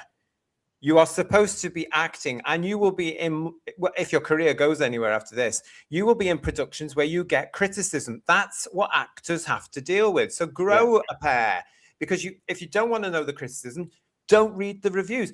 And then there was that other hateful woman that I've mentioned on the show before that plays the Jem Hadar, whose name I can't say, but she's from bloody London. She's a comedian.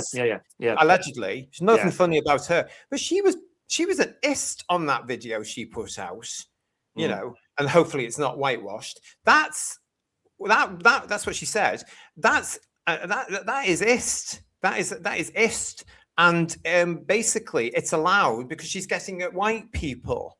But she is exactly, as all these idiots in show business are, exactly what they accuse everybody else to be.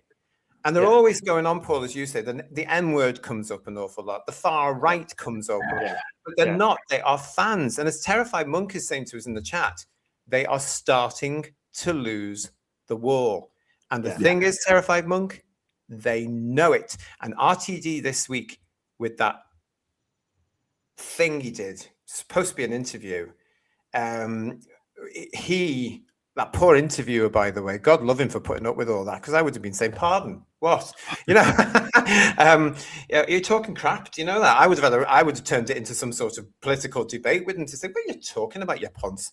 He would have walked out, though, JT. He would have walked out. He would have done, had me fired. But, you know, but it came through here. The grip on the fact that they have been pushing far left ideology. They have been dictating for several years now. They have been changing the way we are supposed to speak. They have been enforcing us to do what they tell us to do. They see it now falling to bits. And I am so grateful as a gay man, a same-sex attractive man. I am so grateful for it. Not only our country waking up, but the world seems to be waking up. And I love it. I think it's brilliant. And that's why RTD went off the way he did this week. What do you think? Yeah, I'd agree. I mean, he can't help it, can he? He, in that interview clip that you played, he's immediately referring to the right wing. He's trying to politicize it. And because he's, in my opinion, stupid and ignorant and everything else, he will be doing the allusion or alluding to those nasty 1930s, 40s Germans and everything when he says right wing, not realizing, of course, they were left wing, but there we are, socialists and everything. But he'll say it anyway because it's clicks, isn't it? It's sound bites. That's all he's existing for. But he's just coming across as an absolute idiot. But that's fine, because that's what I think he is. So it's coming across quite accurately for me. I do have more clips to play from that interview for you, everybody, but I'm going to be very honest with you. I might not play them because I'm sick and tired of hearing his voice and what he's been saying, because of course in the build up to this, I watched the interview twice to try and get the details for this show. So we'll see, but I have got other stuff for you because you know what he said, but we will go through it. I might play you the other clips from their video. At the moment where we're talking right now, I'm just sick of hearing his whining and his going on. He's got no sense of perspective, has he, at all?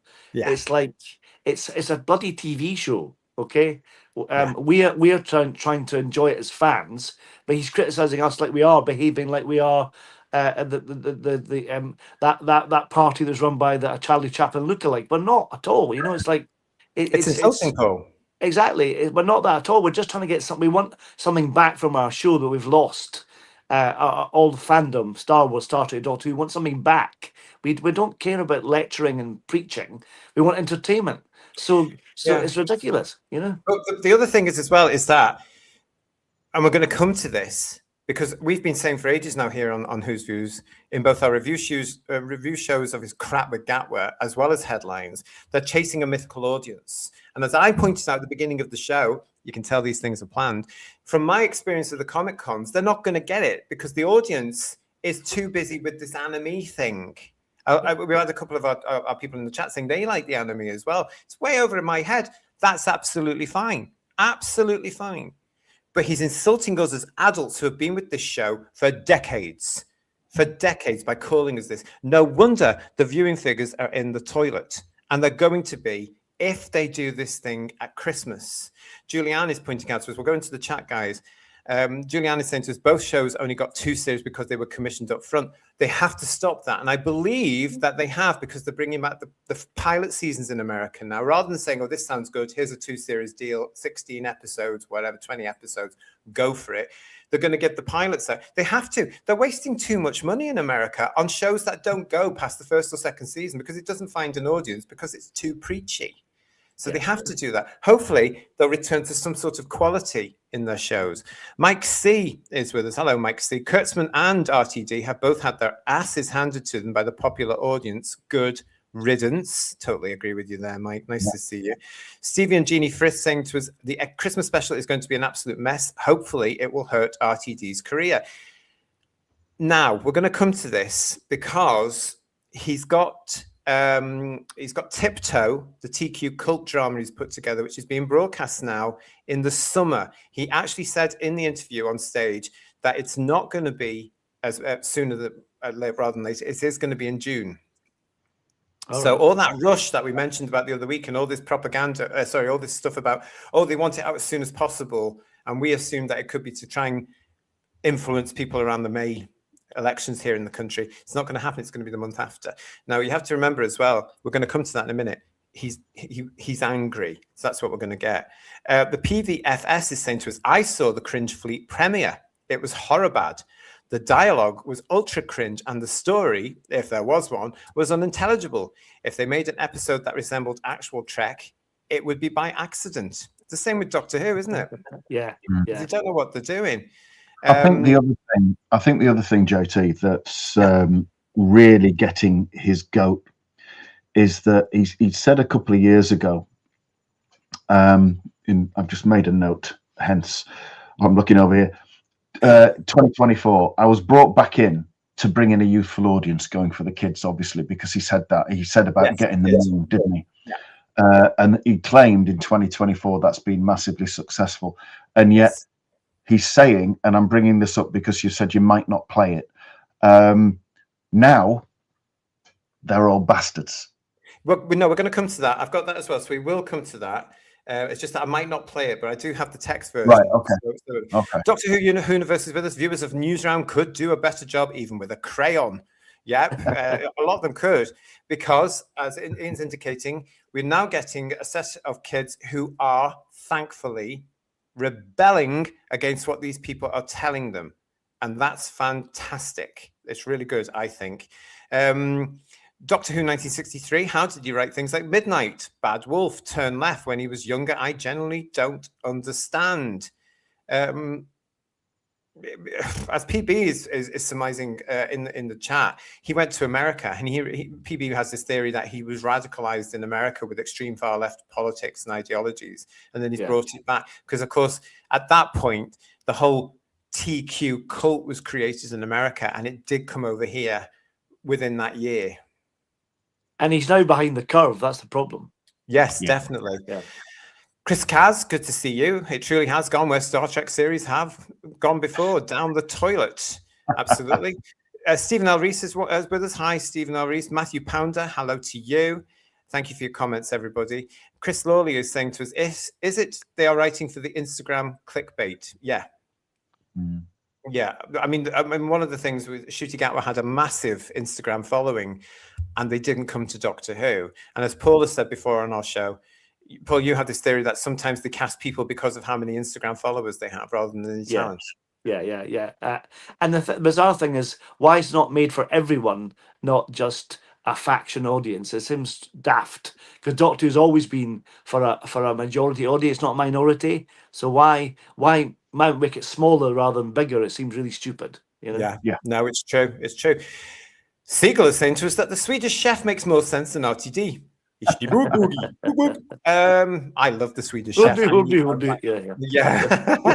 And we've got RD Model Builds and Films. Nice to see you, my friend. It's so sad that RTD really thinks this about science fiction fans. I wonder what has made him come to his conclusion. It's because we have criticized. Now, in that clip we showed from that interview, he's obviously aware of the rise of the tube of Who, of the rise of these massive people, which I'm going to include the Critical Drinker, Nerdrotic, the Geeks and Gamers, Desparu, all these people, Clownfish TV, all these people are massive. You know, they are huge. 2 of which in there are British. Yay! But, you know, fantastic. They are, and they are alternative channels. More and more people have discovered YouTube and what it can say and what can be done, and have found the communities that have been taken away from them. We are very lucky, I've always said it here on Who's Views, that we have a fabulous community here, and you are all so valued.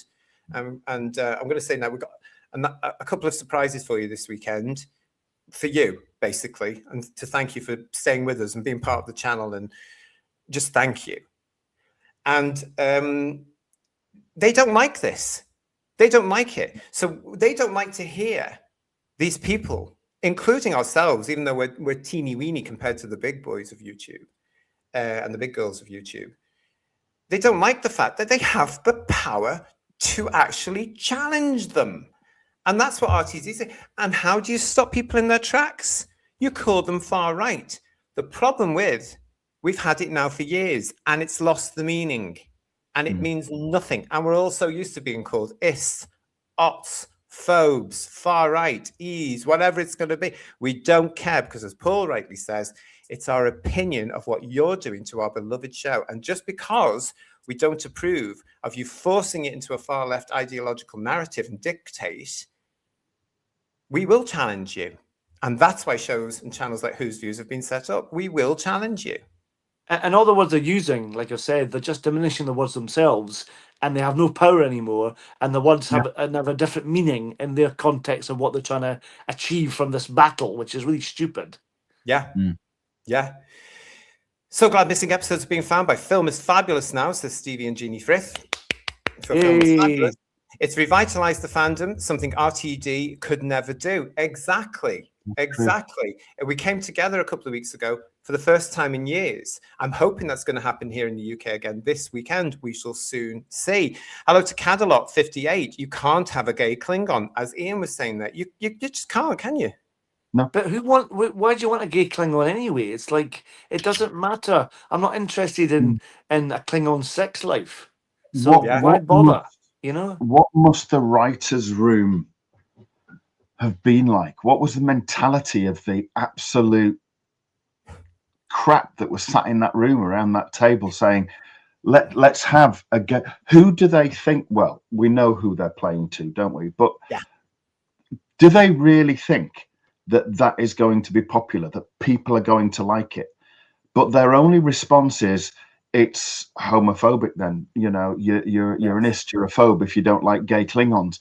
No, it's not that. It's the fact that that's exactly the opposite to what the Klingons ever were.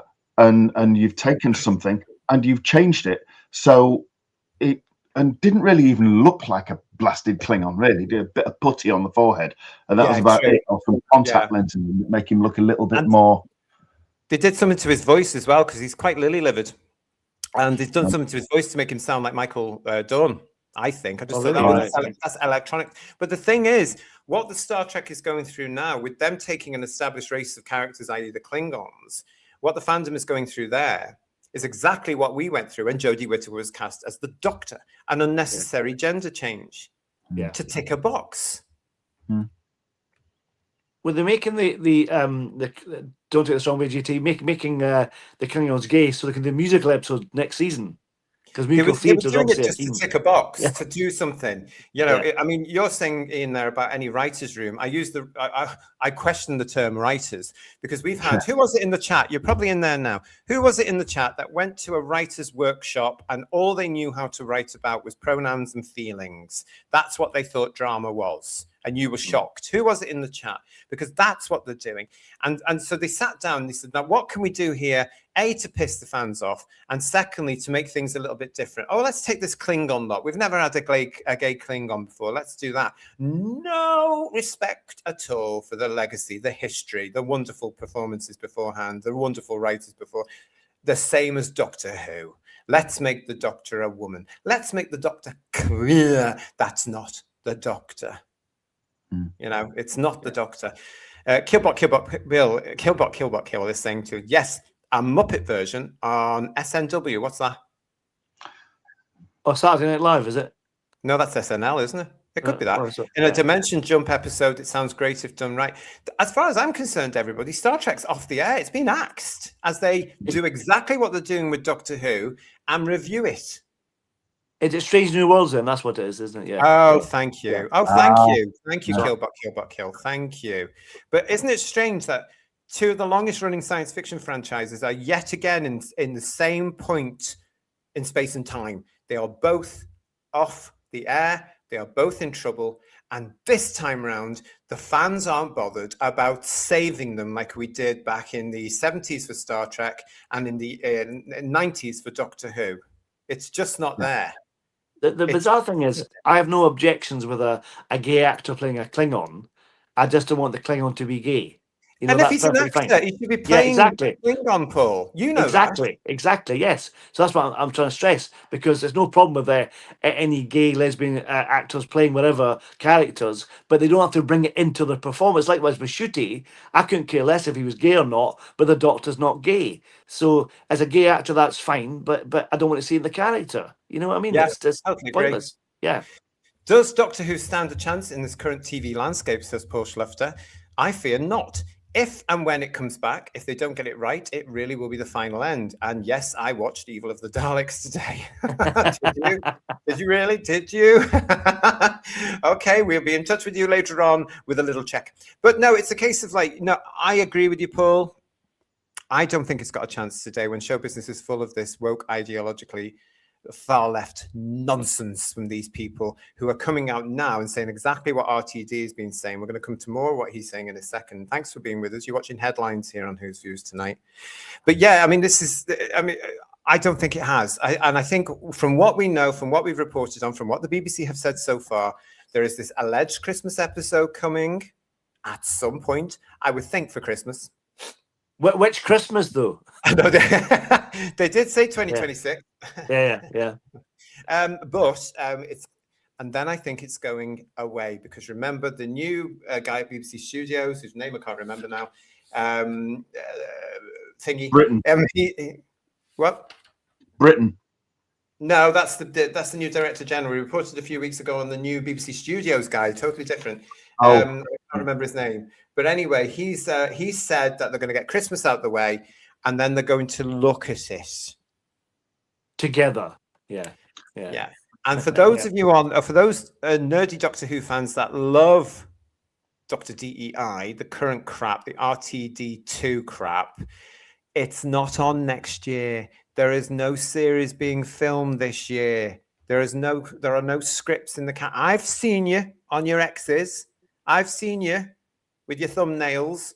It's not on next year unless they do at some point late. And they haven't done the Christmas one yet, but it's not coming on next year unless next year they do 2 1-hour specials or something like that.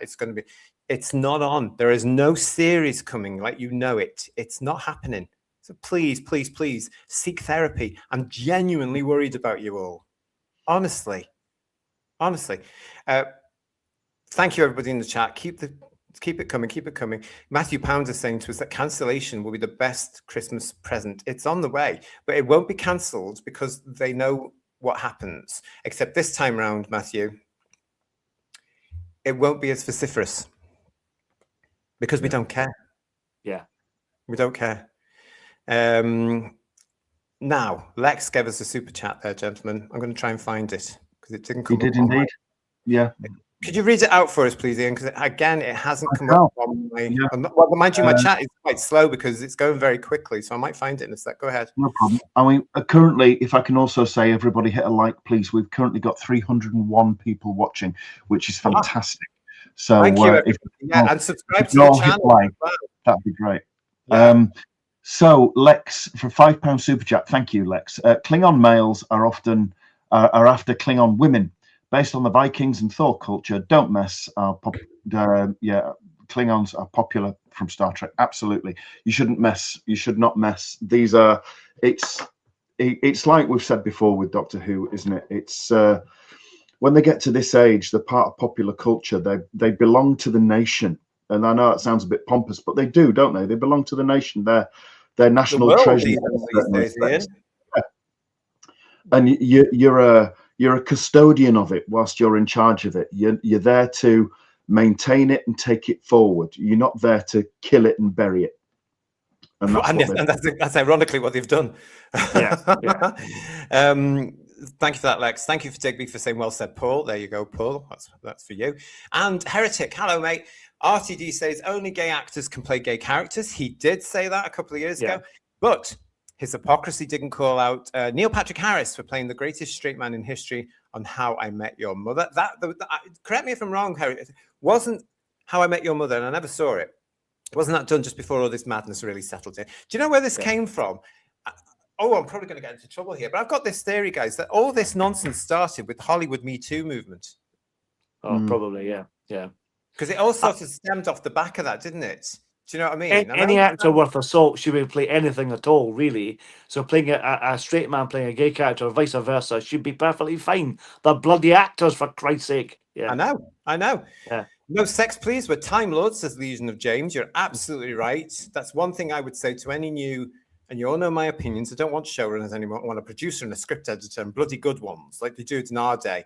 And I want them to bring that back. Maze 4, nice to see you. Kurtzman is an idiot. Getting no quarrel from me. Honestly.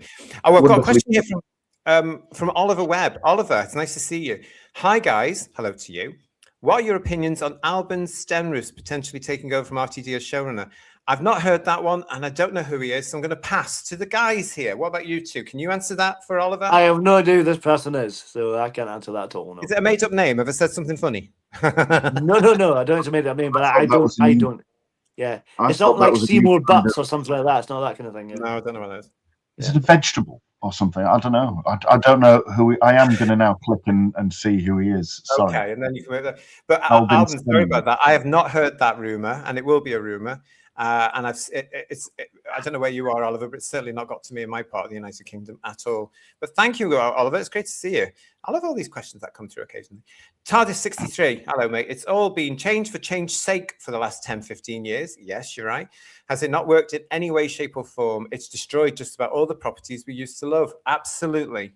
And at this point now, they're practically, these idiots are queuing up to say, right, which franchise can we bastardize and ruin now and alienate a fan base and not make any profit on? Oh, let's go for that one. Is there any left from to ruin? Probably not. Break 7. Yeah. Break 7, yeah. And apparently they're trying to bring back Farscape in some sort of animation or something, aren't they? Which I've never seen, but I'm aware that the fan base was massive. Because I do remember those sort of Muppet type things at conventions back in the day. It was done with Jim Henson Farscape, wasn't it? Partly, I think. Partly that. I think so. Which was novel at the time, I think. I don't know. Are they going to bring back Buffy as well? I saw that. No, recently. Buffy's scrapped. Buffy's been scrapped now. Okay, right. Yeah. When you see the script, it's no surprise. Yes. Albin Stenrus. There is only one response for Albin Stenrus when you do I mean, as far as his comparison to RTD is concerned, I would take him in a heartbeat, quite honestly. He was a Finnish long-distance runner who died on the 30th of April, 1971. Oh, gosh. Well, there we go. So he's that gives us hope, doesn't it? It does. Yeah, it does, really. We're coming on to more of the story now. I want to get into the chat because a lot of you with us. Thank you for being with us. Stephen L. Reese saying to us, we won't have time to watch the Christmas special because we'll be watching new recoveries from missing episodes plus Marco Polo as it's iTunes ready still. Yeah. So, fingers crossed. We know we are sure here on Who's Who's there are more on the way. Keep your fingers crossed. That would be a lovely Christmas present to get more. That'd be nice, yeah. If you didn't see our show last week, go and have a look at it. That's why we think. And if you didn't see our show last week, where the hell were you? How very dare you? Funky is saying, please, Dark Dimension, this Xmas special. Oh, my God. We were saying that, weren't we? That would be brilliant, Funks, wouldn't it? It'd be absolutely fantastic. Woodhouse 122. Disney Plus are embarrassed by the awful fishy spin-off. Yes, there is no sign of it at all on Disney Plus anywhere in the world, is there? Because somebody must have watched it and went, Mustn't they? Honestly, they must have done. What else we got here? Doctor Who will tie up, says John Seed, all the loose ends and then be rested for a few years. I don't know why they're bothering. Who cares? Who cares about all those loose ends and Mavity and all that bull. I mean, They need as I more keep than an hour saying- to do that, don't they? Let's be honest. Yeah, but I also Yeah. keep saying, Paul, don't I? And I'm going to keep on saying it. The Notwees don't give a toss. If Yeah. they switch on and it's immediately like it will be with RTD on Christmas, even on Christmas Day, and they switch on and it's that whole recap of Gatwa and the alleged regeneration into Billy Piper, which we know it isn't, they'll switch it off. Oh, I didn't see this. You know, it has to be fresh, it has to be new, it has to be bold, and RTD cannot deliver. Domgo is saying, I want a full permanent cancellation. Doctor Who only exists between 63 to 96. Thank you for that, mate. Thank you. Gosh, yeah, lots of there. The Klingons and the Romulans are iconic, says Mace 4. Yep. They bloody are. They absolutely are. What else we got here? Derek. Hello, Derek Hart. To everyone watching in the chat and panel, does anyone know how long Character Options got the rights to do the figures? Not necessarily. It's renewed every so often, so they can go back and get a review. But you have to also bear in mind that with Character Options now, it tends to be more of the exclusive stuff. We've tried to find out if there's any B&M stuff coming this year. Can't get an answer. However, we do know there are at least 3 more exclusive online things, like that awful Tegan they've just done recently. I'm sorry, but it doesn't look a thing like her. That Master one of Anthony Ainley was good. I like that. That was good. Yeah. But stay with us here on the channel, Derek, because I know you will, because as soon as we know stuff, we're going to be talking about it. Of course we will. What else we got here? Sheila B and the Devotions. How are you? Good to see you. Thanks for joining us, and thank you for all your chats. All right, there's a lot of chat going on, but let's... it's Squawk. Hi, Squawk. RTD will find it hard to tie up loose ends made of the complete spaghetti he's left us with. Yeah, he will. I bet we'll see a return of the cartoon character from Lux, and it will make the TARDIS break the fourth wall, and it will materialize in the room of a television writer in Wales, and he'll spend the rest of the episode talking about himself. Marine Boy is correcting me. It's Firefly that they're trying to bring back. Sorry, Marine Boy, you're right. Farscape's the other one, isn't it? I knew it began with an F. Give me some points for that, please, mate. Listen, I don't know about the 90s because I was too busy. I was working, and I was in London, and I was working the day. I was working in another job at night. I was chasing boys, and I was partying. So, don't tell my boyfriend at the time. But no, it was a... You were kind of distracted then, that's fine. I was a stunner, Paul, in the 90s. Oh, yeah. I'm Had sure you everything were. going on. Yeah. Oh, I did. Oh, yeah. I've seen the photographs of you from a few years ago. Well, all right, we'll get rid of them. Let's get back into this, because a lot of this interview, of course, with Russell at the Series Mania in France was... I'm not going to play it. Well, let's talk about it. I'm sick and tired of hearing his voice, and I can't hear it anymore. I'm not going to play it anymore. I've got it there lined up, but let's not. Let's read about it, because I think we're all sick of him, aren't we, in the chat? Yeah. Let's read about it. There were a lot of stuff that was called up on X, ironically, as well. This one was from Star Whovian. So hello to Star Whovian, who tunes in every now and then. He quoted RTD as saying, I used to think the next generation of children were the future, but now I think they've all been radicalized into bastards. Oh, Christ. This is the Doctor Who showrunner essentially saying he hates kids because they are rejecting his woke ideology. Again, from X, we had this from Doctor Who Production News. Russell T. Davis at Series Mania. In many ways, I kind of think Doctor Who as a gay show, which it isn't technically. But he's an outsider who doesn't fit in with the world and lives his own life, and he's very othered. Ugh. So these stories were picked up. The thing he said about the kids and the fact he thinks it's a gay show. So let's start with that one, because this is something I know all about. And, you know, guys, I have, for the last few years, all been saying he's done. He can't write. The only thing he can write is the stuff that suits the narrative of the far left TQ cult. And then, of course, you know, I was going off of this one, and then that week or a couple of weeks later, oh, look, this thing called Tiptoes coming along, proving my point. Her viewers, he now has another one in development, which he's working on now. From DoctorWhoTV.co.uk. RTD, Doctor Who is a gay show, warns against toxic fans as he labels X a hate site. Heretic, I want to say thank you so much for your super chat here. Heretic just saying to us, guys, Hiatus 2 and Dimensions in Time 2, Electric Hey! Lou, Electric Doctor Lou on the way. I'll show you that. I shall bring that up in a minute, but thank you, Heretic. This article is more than 2 decades after reviving Doctor Who. I am sick and tired of hearing about that. It is over 2 decades. Let it go. It's boring. RTD has said he now views it as a gay show. Surprise, surprise, after the crap we've just had with Gatwa. Speaking at the Masterclass during Series Mania, RTD declared, I think of Doctor Who as a gay show. He went on to justify the notion, framing it through the Doctor's identity as an outsider. Doctor Who isn't technically, but the Doctor's an outsider who doesn't fit in with the world and lives his own life, and he's very othered from sex and from relationships.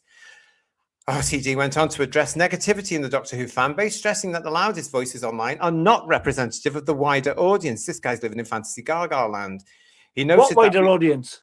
Well, yeah, exactly. He noted that we often fall into the trap of talking about fans and assuming that means the online voice. I think they are different things. I know they're different things. I absolutely know that, he continued.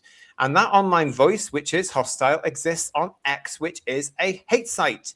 We shouldn't be surprised to find hatred on it because it's a hate site. It's very dangerously assumed that that is the fan voice. He went on to argue that social media, combined with what he described as the collapse of journalism, has allowed racist and homophobic views to gain greater visibility. That's where the danger point happens of the minority voices slipping more into the mainstream.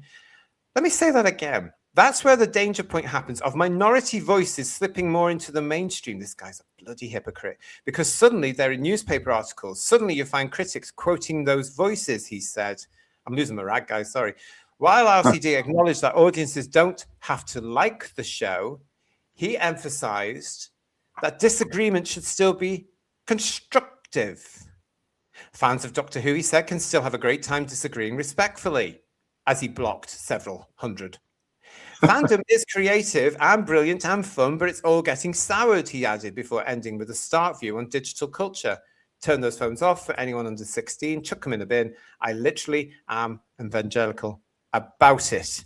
So this whole thing, the hypocrisy in that speech there, and I'm glad I didn't have to hear it again because I'm getting angry about it now, because what he's accusing people of, the collapse of journalism, because it's not the Guardian or the Woketro journalism, which you will approve of. It's not the pink paper. It's not what used to be called Gay Times. Get the word gay out of your title, you bloody idiots. You know, it's not any of them. It's not his people. The fact that he's saying a minority of voices is creeping up, when we're not a minority. Have you seen how many views people get? Have you seen how many fans you've alienated from Doctor Who? Have you seen the worldwide discourse? This is not a minority. I tell you what's a minority, RTD. It's your bloody side of it. The TQ cult, who thought they were getting somewhere, who thought they were dictating. You bloody hypocrite. That's who. You are the minority. That thing about being respectful, it works both ways. And they're not respectful either. Just call you an hysterophobe. That's not respectful at all. Or call you right wing. It's ridiculous. Yeah. So you're just contradicting yourself, aren't you? Let's be honest. Yeah. He has no respect for anybody that doesn't think the same as he does.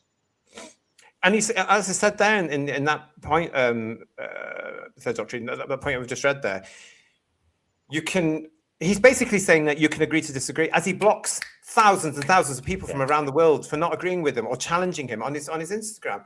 Now, I get that's his right to do in this, what is left of our democracy in the United Kingdom, which is being dismantled by people like him every day who hate our country. I mean, even in this interview, he was annoying me because he was attacking the royal family in a Christopher Eccleston socialist champagne way, you know. And yeah, the royal family, like any family, has its issues. But why did you have to bring that up? He actually said that. I don't know why I've brought that up. It's as bad as you two with tangents. Do you know what I mean? It's just absolutely ridiculous they brought that up. But he had to do it because he's anti-British. This guy is anti-British. And yet when you look at him in 2005 and he's talking about Aliens of London, how wonderful, how marvelous, how fantastic it is to have Christopher Eccleston and Billy Piper running hand in hand. You get the Big Ben and the Houses of Parliament behind. And London buses. Oh, it's lovely. It's marvelous. You bloody hypocrite. It's just constant with him, isn't it? Hartnell's Ghost is saying, JT, What the eep does others even mean? I've no bloody idea, my friend. Don't worry about it. I mean, it's just another word he's bringing up, like, isn't it? And Lex, thank you for your super chat, Lex. Sorry, Paul. RTD is danger for children, allegedly. Praying for the safety for our children from this dangerous man, allegedly. Dump him on a desert island with no escape. Cancel RTD now. Thank you for that, Lex. That's an opinion. Thank you so much. We had a previous one from Lex as well, JT, just before that. He said to us, Peter Davison for head writer and producer for Doctor Who. True. And you heard it here on this show first. Yes, I want Peter Davison as the alleged showrunner, producer for Doctor Who, because I think he would bring a sense of normality back, because he knows the Doctor, he knows the show, and he knows television. And I don't think, my personal assumption, that he's not quite happy where it's all going. Yeah. Were you going to say something there, Paul? Sorry. Yeah, it was about, in the article, he claims it's a gay show, right? Is he referring to it now, or is he suggesting it's always been a gay show? Because it's been a camp show, potentially, but not camp and gay are two different things. Yeah, exactly. You know, or Dealt the Bannerman or whatever. It's some silliness in it. You know, Time with Rani, there's a campness in that as well. But you know, but it's kind of like, is he suggesting it's always been a gay show, or just his iteration of it as it is now? Because that's really insulting. It really is, because it should be for everybody, and that's the frustrating thing. You know? Yes, we've got people in the chat agreeing with you with there, but it's not now. He made it for that minority audience, as you said. It's been hugely successful with the young audience. You liar, because you've now just admitted it wasn't, and you've got at them because they see through your TQ cult propaganda. Because so even the children are phobes of this as well, and bastards. Yes. Without seeing their birth certificates, yeah. So. Matt Pounder is saying to us here, if anyone straight had called the audience bastards, they would be fired. Yeah, absolutely, they would. Yeah, but it's a wider, why he hasn't been in.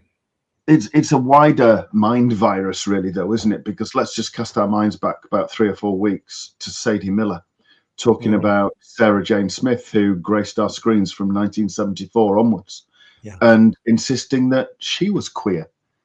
You know, it's just like, you are insane. And bloody Adric is now as well, apparently. So God almighty, yeah. Matthew, if you're watching, come on the show. We need to have a chat. Love you. Yes, so we've got Julianne saying to us here, RTD2's Who is a gay show, the rest know. What a sad man. Terrified Monk, you know, everything doesn't need to be gay and queer. We've got to make sure that I'm going to put this out there again. Everybody needs to understand there is nothing clear about same-sex attraction. Queer is a term that's used mainly by narcissistic, attention-seeking, and validated-seeking heterosexuals. It's nothing to do with it. And as a very wise lesbian once said a few years ago, anything right of the B in LGB is heterosexuality, and it absolutely is. So why it's being enforced on us when it should have been enforced on you guys, I have no idea. We don't want it either. Thank you very much. So, negativity is a natural reaction to evil shites like RTD ruining it for everyone, says Problem Being, and Julie saying again, Doctor Who is for everyone, especially the nerdy kids. It's got nothing to do with being gay. I have to say, Julie, I totally agree. As a same-sex attracted man myself, one of the brilliant things about Doctor Who and what attracted me and millions of other lesbians and gay men to Doctor Who was the fact that the Doctor was an asexual alien and had no time for that crap. And yes, there was the other elements as well, that he always had pretty girls in, and gay men are always there for pretty girls. We love them, but not for the same reason that heterosexual men do. But we love the pretty girls. And he had a load of them, and he was not interested in any of them. There was no agenda to it. It was just a man and his friend going off into time and space. That's what attracted all of us. It welcomed everybody because of that, Paul. That was the strength of Doctor Who. Well, I when I was a kid, I loved Doctor Who because partly he's an outsider, a bit of a loner, you know, and I was a bit like that growing up as a kid. I was bullied at school, stuff like that. So I was a bit of a loner myself. So I really related to that, which was lovely, you know, and I love the escapism as well, which is fantastic, you know. Scott Andrew Brass, nice to see you. Doctor Who is a gay show. I've just been watching Black Orchid, and there's nothing gay about Adric. No, although he is a bit of a piggy, isn't he? All he ever does is eat. Mind you, he gets blown to smithereens, and that's why I suppose he needed a hearty meal. But yeah, I mean, it's what's he talking about, Andrew? What's he talking about? TARDIS 1963. It's not a gay show. It's currently a show full of TQ cult messaging and content. The Doctor was never sexual. He was a protector of his companions, and they often had platonic love for one another. It was the original buddy series, wasn't it? Really, the Doctor and his buddy. I mean, as kids in the 60s, 70s, and even the 80s, because we all know Nathan Turner never allowed hanky panky in the TARDIS, but it was that thing. That's why it was strong, because it was about friends and the benefits of having friends and how friendships can work. You know, Doctor Who had a lot of morals in it back in the day without doing a He-Man at the end of the episode and explaining what the moral of the episode was. Yeah. You know, and that's why I think there's a whole set of us that grew up with 60s, 70s, 80s Doctor Who and are still growing up with those Doctor Whos, and why Russell hates us. He hates us because we see through the crap. Yeah. And you don't need to talk down to your audience. They never did that in Classic Who, you know, but they certainly do it now. Oh, they love doing it as well. You will do what we tell you, and you will believe what we tell you to believe. But this is the problem we've got now across society and across our politics and everything. The far left are dictating. You will like this. You will not mention that. You will not look at that subject. We will not discuss this because it's Or you'll be arrested. Yeah. So yes, or you'll be called an Isserophobe or not.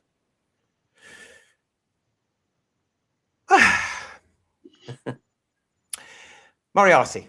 Access, visibility for positive press was all of that in the past. It's time for RTD to catch up. Nobody is buying it anymore. The problem is, I think he is catching up and he doesn't like it and he's not going to admit it. So he's going to scream and shout.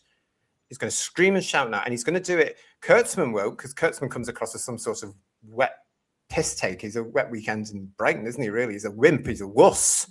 So he's not going to go and scream and shout. He'll do things subliminally, I reckon. He'll do things via phone. Can you do this for me? Can you do this? Whereas Russell will just go onto a show like this or a seminar like this and kick off and open his big gob. Thank God for it, because it gives us content. Ha! Margie75. Hello, JT, Ian, and Paul. hello. Sorry, hello, Margie. Better late than never, darling, as my nan used to say. Maze 4 is saying to us, the Doctor's sexuality was never important. Yes, that's very true.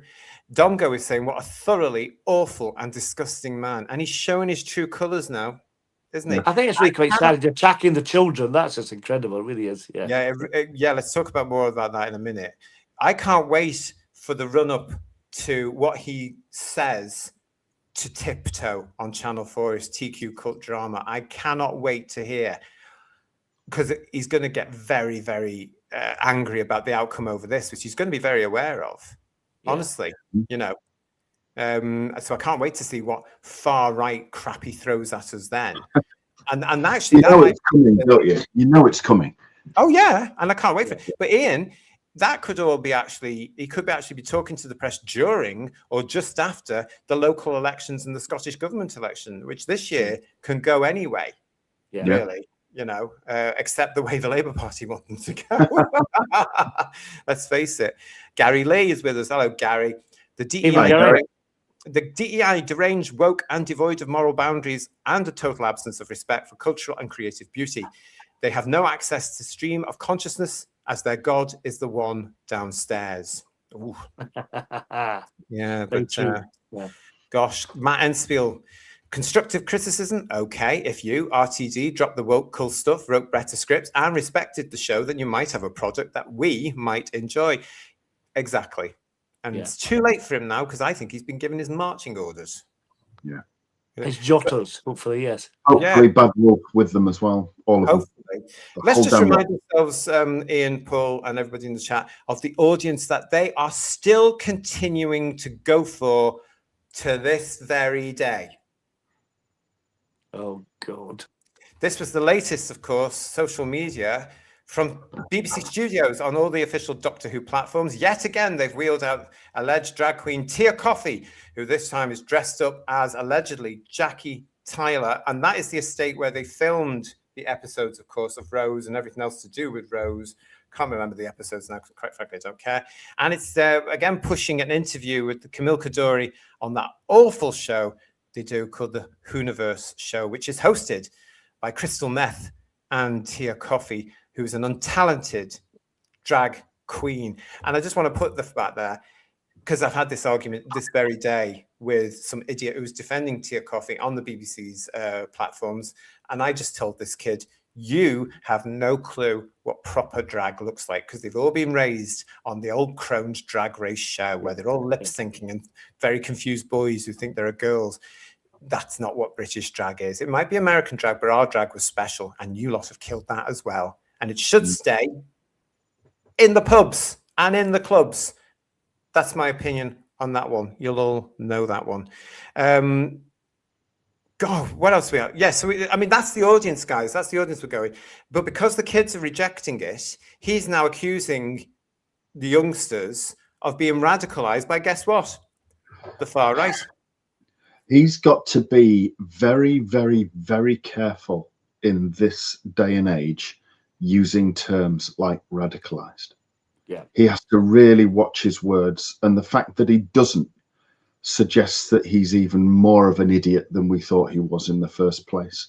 He's a very, very, very dangerous, deranged man, in my opinion. And he's throwing words like that around when really they have different connotations is a really foolhardy thing to do.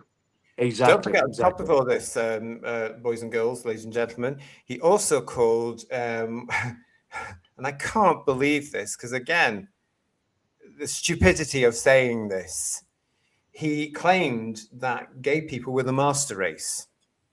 Yeah, he did. The irony of that phrase, considering what happened to anybody that was allegedly identified, use that word, as homosexual in the Second World War especially, is atrocious. But moving forward into the modern day, we still had the issues with the Q word, etc., etc., etc., right up until the turn of the century and beyond. So to say that, because in this part of the interview, I can't play it, I can't listen to him, but he says in the interview, what we know, he can only write gay things. So everything's based around his life. Everything's about what he's done, things of his element, his experiences. It's all about him. Yeah. And he goes on to say how he hears from the industry how things are difficult to be made now if they've got a gay theme. It's not gay. It'll be TQ cult themes. And there is a backlash to that because people are seeing through the fact that they are being dictated to, that there is trans propaganda. All this trans rights are human rights. What human rights do these heterosexuals not have anyway? He's doing himself no favors whatsoever. By showing his ignorance, Paul, isn't he? Yeah, it really is. It's crazy, and it's insulting to gay people as well. To be honest, it's just, I mean, really, are you speaking for the whole community? It's like, for God's sake, honestly, that's awful. He's illustrating the point beautifully that there's LGBT and there's a TQ cult because we're not one community. And the more he bangs on about this, the more I actually genuinely believe, and I don't know what all the gay boys and girls in the chat think, I genuinely believe that people are waking up going, hang on a minute, I've got a gay friend who won't sit with you on that. Yeah. I won't agree with that. What are you trying to do telling my lesbian friend that she's supposed to be going around, hanging around and shagging a trans woman for when that's a fella? Yeah. That's heterosexuality. That's homophobia. Gender and sexuality are two different things, and the TQ cult tried to say they're not. As we will know, for those of us who have stood up against this, you get called gender fetishes and all this sort of stuff. It's disgraceful. And he's supporting this homophobia in his deluded way. The guy should be in a padded cell. There was this article, or this from X as well, Paul, from Graham Linehan, who I follow on X because he's brilliant. And of course, he's had a lot of his share of troubles over the last few years for supporting J.K. Rowling. He got and also saying a man is a man and a woman is a woman. That's not controversial at all. That's just truth. But of course, he was cancelled by the TQ cult and all these far leftists and didn't get work for ages. And this is the author and creator of Father Ted, a comic genius. But he went on today to say, on the back of what Star Hoovian was saying that we put out before, I lost my career as a writer while this man was ideologically grooming, allegedly, children using a beloved British IP. Now, when you see something like that, guys, it's hard to actually, I know certain people will try to, but okay, it's very strong wording, but it was all there from the pronoun crap in the Star Beast onwards. The message was there. And you pointed out, I think it was you, Ian, I think it was Dr. Ian, you pointed out in that behind the scenes making of the trans issue with the trans woman they had in it. He was in it, wasn't he? And didn't he say that they were pushing it was going to be normal or something like that along those lines in that making of thing? Yeah, absolutely. And it's been the intention right from the very start. And he's just, I think it's interesting on a wider front, because I think he and people like him and people on the far left in general thought they had the mid to late teens in the palm of their hand. And as a result of that, I think that's what's driven them to try and get the age for voting down to 16, because they're thinking it's going to bring them in a ton more votes. But I think that's something that's going to blow up in their faces, because they are a little bit more discerning at that age than they clearly think that they are. And they're not buying their twaddle. I mean, come on, let's face it. When we were 16, we didn't want to do what 40-year-olds told us. No. Why should 16-year-olds nowadays? If they were ancient, weren't they? Why would they want to do what a 62-year-old or a 63-year-old is telling them? Why? Why would you? Yeah. He's literally a fossil to them. So yeah. It's good that there is a generation coming up now who are seeing through the crap. It shows that there's an amount of intelligence there, and it gives me hope.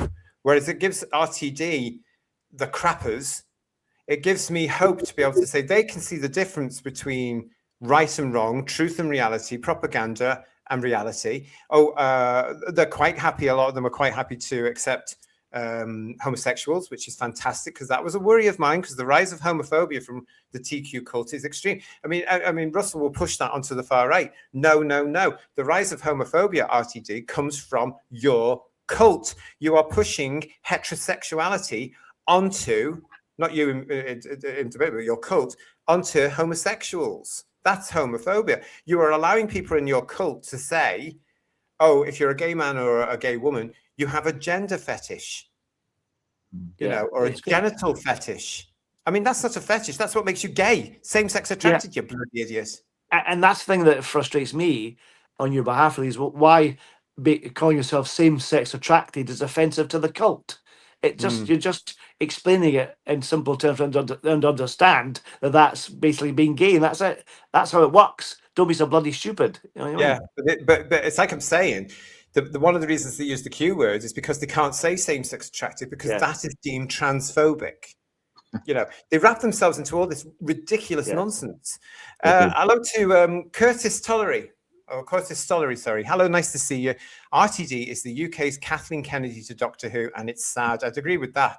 Luckily, the Star Wars fans have got rid of her. But again, I believe the thing is on a break now, where they review everything, and they have to. When these franchises like Star Wars, Star Trek, Doctor Who, when they go through all this hurt, they need that time to heal. They need that time for people with common sense to come in and go, what went wrong here, and how do we fix it? I think it's going to be very telling when The Mandalorian comes out in May to see how that does in the box office, because that'll be a real telling thing to whether fandom's still I'm with it not or not. going. You know? I'm not going to see that. I'm not giving them money to go and see that. No, not a chance. Because what's his name? The fella in it with the puppet. Can't stand him. Yeah. He was in everything. He was in Wonder Woman, and he's in Fantastic Four, and he's in everything. I can't stand him. Oh, my trans sister. Oh, fine. You've got a trans sister. Absolutely fine. No problem with that. But don't be telling homosexuals, and don't be supporting that TQ cult, and don't be telling women that they're wrong to want female-only spaces. I can't be done with them. So I won't be going. Legion of James, good to see you. The entire mantra of the TQ cult was to groom and indoctrinate the young and the vulnerable. Insidious, divisive, and dangerous. The damage is already done by these predators, and it's unforgivable. Yeah, there's a lot of charities that are saying there's going to be an awful lot of reckoning in the near future. The amount of detransitioners guys that are coming out now and sharing their stories on platforms such as this one is horrendous, and the stories are all awful. And it's always some person in authority that have said, "Oh, you're trapped in the wrong body. Let's take you down this route." At a young age, it's And Doctor Who's now involved in that. Star Trek's now involved in that. Star Wars is, to an extent, not as much involved in all of that. It's ridiculous, isn't it? Paul Schlechter is saying to us, all the stuff he spews will be associated with Doctor Who because of his involvement with our program. It doesn't do the series any good at all. It doesn't, especially when it makes the likes of Radio Times and stuff like that. At this point, I just want to reiterate that as part of this interview, he does say that he is working on another TQ cult drama for Channel 4 with the same people that have done Tiptoe and his long-term business partner there. And he's going to be working on that now. So what does that tell you? He's not working on Doctor Who, that's for sure. He's gone, ladies and gentlemen, boys and girls. He's gone. I'm calling it now, Ian. He's gone from Doctor Who. He's finished. He's done. And he's going to get he's also got the thing we talked about last week, the It's a Sin musical. He's got that. Which he's not directly involved in, but he'll be overseeing things, I would imagine. But he's got Tiptoe, he's got the Christmas 2026 episode of Doctor Who, and then he's got this next TQ cult drama, which he'll want out as soon as possible because he's very angry. He's gone, boys and girls, ladies and gentlemen. One more episode, he's gone. Do you think I'm right there, guys, to call that? I think you're right, but God knows what the Christmas special's going to be like. Oh, my God. It won't be very special. I'll tell you something, ladies and gentlemen, boys and girls. If we're here reviewing this crap and it's getting 10s and 9s, we will all be amazed, won't we, guys? Yeah. Maybe -10 or -9, but certainly not 9s and 10s. Yeah. If it's good, yeah, we will say so. Oh yeah, absolutely. Yeah. We'll be fair about it. I mean, we'll be surprised, but we'll be fair about it. Surprised. But I really don't think it's going to be at the minute. I just there's effing nothing. shocked here, I think they're definitely. Yeah. Yeah, I think you're right, mate. I think you're right. Yeah. If it's good, I'll need resuscitating. Give me I think we all will. Yeah. Nearest. Thank you all for telling me who the actor is. I'm not going to name him because he doesn't deserve the publicity, but you all know. Thank you very much. Jason Parker, it's lovely to see you, mate. I watched the real-time pictures interview with JNT. Yeah, he needs to rethink, in my opinion. He really meant well for the show. Good enough is not enough. JNT did wonderful things for the show. RTD did things for RTD. Yeah, I've said it before. Around about the time that Keith was doing that thing with JNT, that's where I sort of knew John. And he was very broken and he had lots of regrets. Yeah. And I can't help, like yourself, Jason, think about it. Hi, real geriatric. Nice to see you. I can't help thinking about, I think RTD will be ever in that position where he will regret what he's done to Doctor Who because he's an arrogant little. Yeah. You know, and he's in the right, isn't he? And as we've just pointed out in this interview with that blooming clip as well, because he's labeled everybody that disagrees with him, they don't matter. We don't matter. And BBC Studios need to realize you've got to stop listening to him. He's unhinged. And we do matter, because without us, you've got nothing. Look at the success of Dalek Master Plan. Look at the success of the Blu-ray of the 30th anniversary of the TV movie with Paul McGann. Look at the success you're about to have with the commercial release of the Daleks Master Plan. Look at the success you're about to have with the Daleks Master Plan on iPlayer and the views you're going to get as older fans, the newer fans, the minority Blue-Rinse brigade of the TQ cult, and those of us that are just in the middle. Watch it over and over and over and over again. They're going to have that situation which they won't like, which is all the people they've been preaching and pandering to. They're going to see what is effectively 2 new episodes of Classic Who. And the majority of people watching it will never have seen it before. Classic fans as well as new Who fans. I know there's a few people around that do remember it first time round, but the majority of people, I think, I've never seen it before. I don't think either of you two have ever seen these episodes before. Certainly How would you think I am, Ian, for goodness sake? You know, we've never seen them. So everybody is going to, not everybody, but, you know, 99% of people watching these new, these rediscovered Dalek episodes are going to be seeing them as new episodes.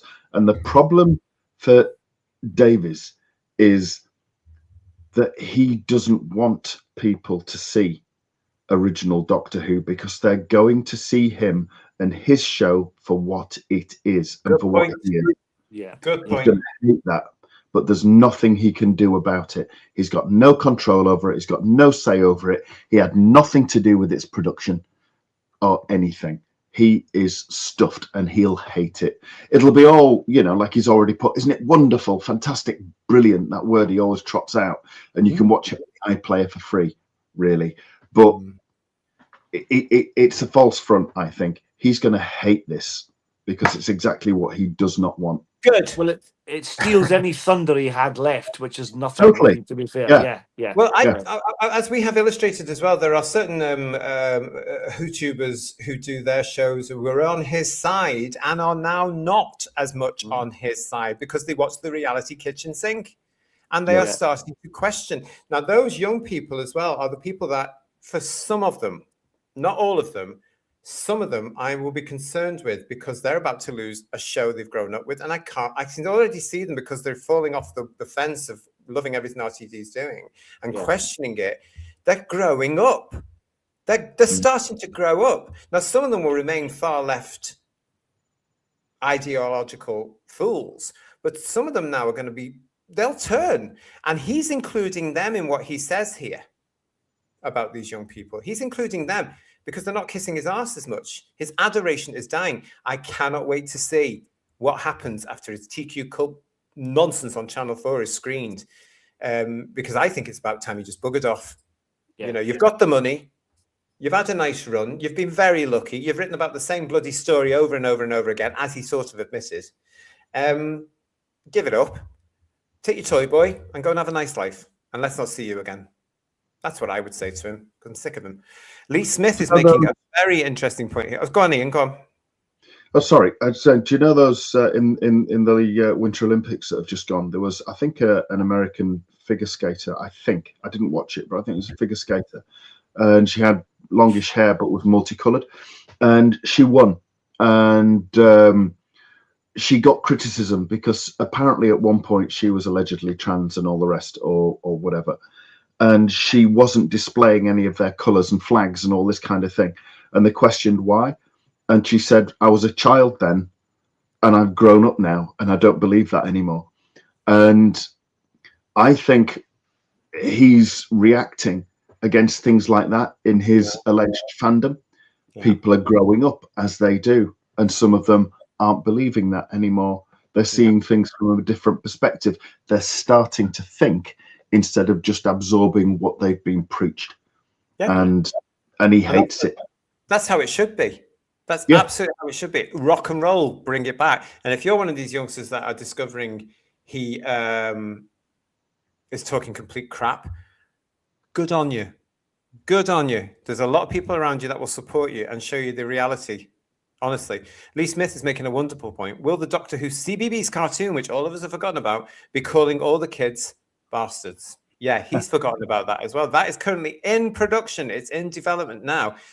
And I'm hearing it will be on YouTube. That'll be the Doctor's new catchphrase, surely, won't it? Yeah. So, like Alon Z. It'll be like Dean Hunt from Life on Mars, won't it? Stay out of my TARDIS, you bastards. We've got fan 01ish saying, what has Channel 4 done to deserve all this? Everything. They deserve what they get. You know, they are a minority channel as well, but they love all this alleged progressive stuff, and they are very left-leaning. They love it. So they'll love, you know, they will love another thing from RTD for next year or the year after, whenever it will be. They will love it. And I hope it's a major flop for them, because I can't stand Channel 4, quite frankly. Frankie Stanage is saying to us, Moffat will do Christmas Doctor Who with RTD. I don't think so. I think Stephen, remember we played that thing about Stephen Moffat the other week? There's something definitely going on there, I reckon. He says stirring it, deliberately stirring it and putting it out there. We did play that where he was shouting at people. Remember, Frankie, a couple of weeks ago?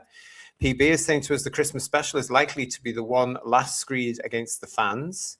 Hi to Tyler Durden Smile. It is good to see you, who says Clubfoot.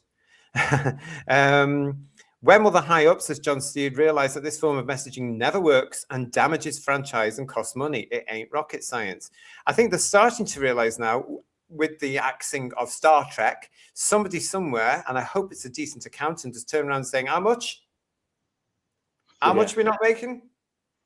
Pardon? A grown-up, hopefully. Connor Sullivan. Connor, it's lovely to see it. If RTD has gone, Julie Gardner needs to go, and Jane Tranter with Phil Collinson, because they're all the same. I can't see them carrying on, Bad Wolf, with this. The contract ends allegedly at the end of this year. I can't see. We would know by now if it would be renewed, because they would be crowing from the rooftops. And they've had their chance. Yes, they've had more than. Yeah, absolutely.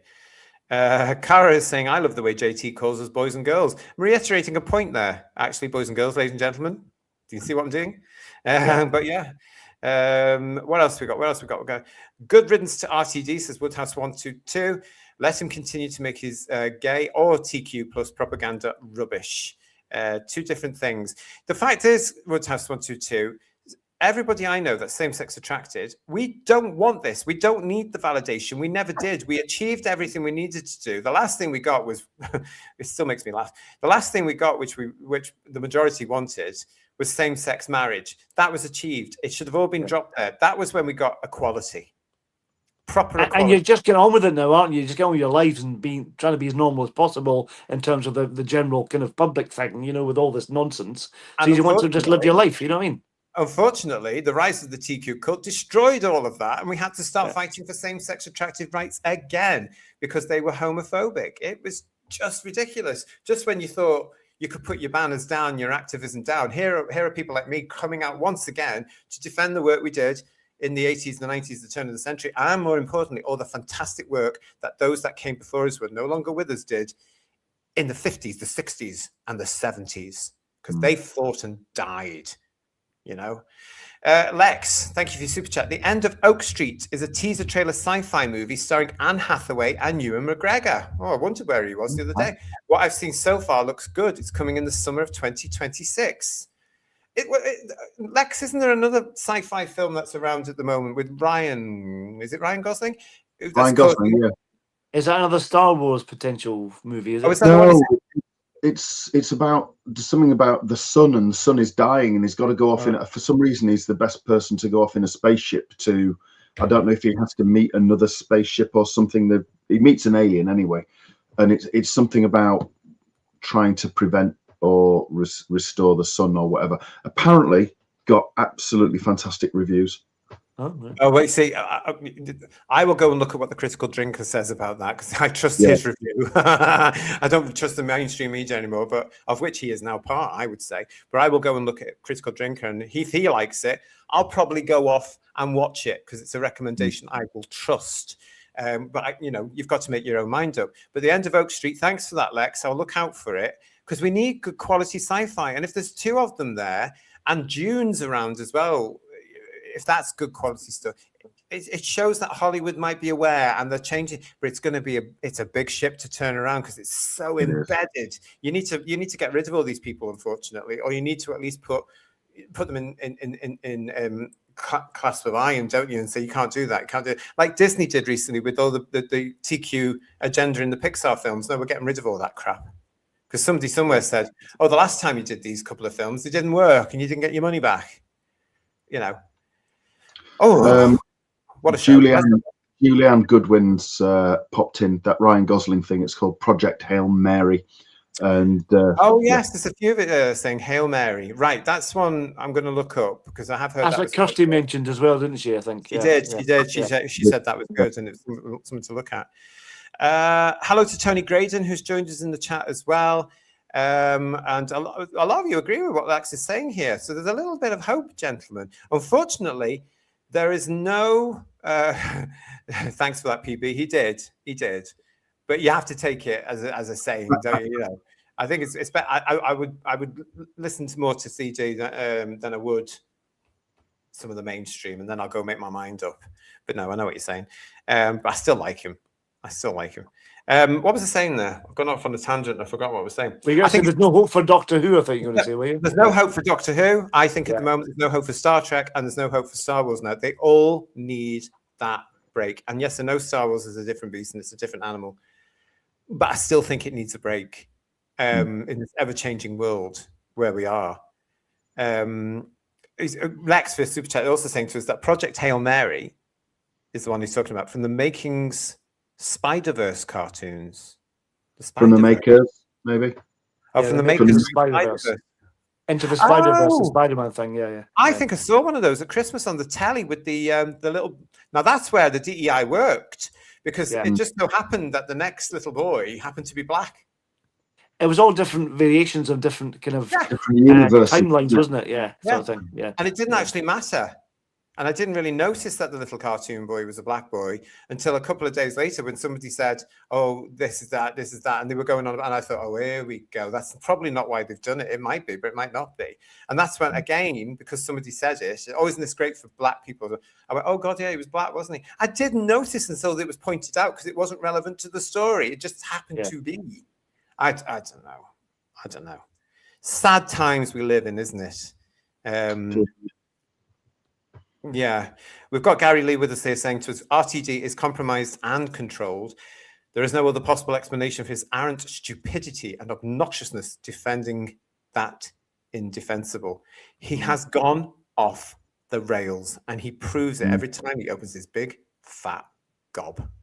Doesn't he, boys and girls, ladies and It's gentlemen? that sense of being untouchable, like he said himself, isn't it? You know, Yes. and Gary's absolutely right. But RTD's been saying this for a long time, and ultimate power has gone to his head.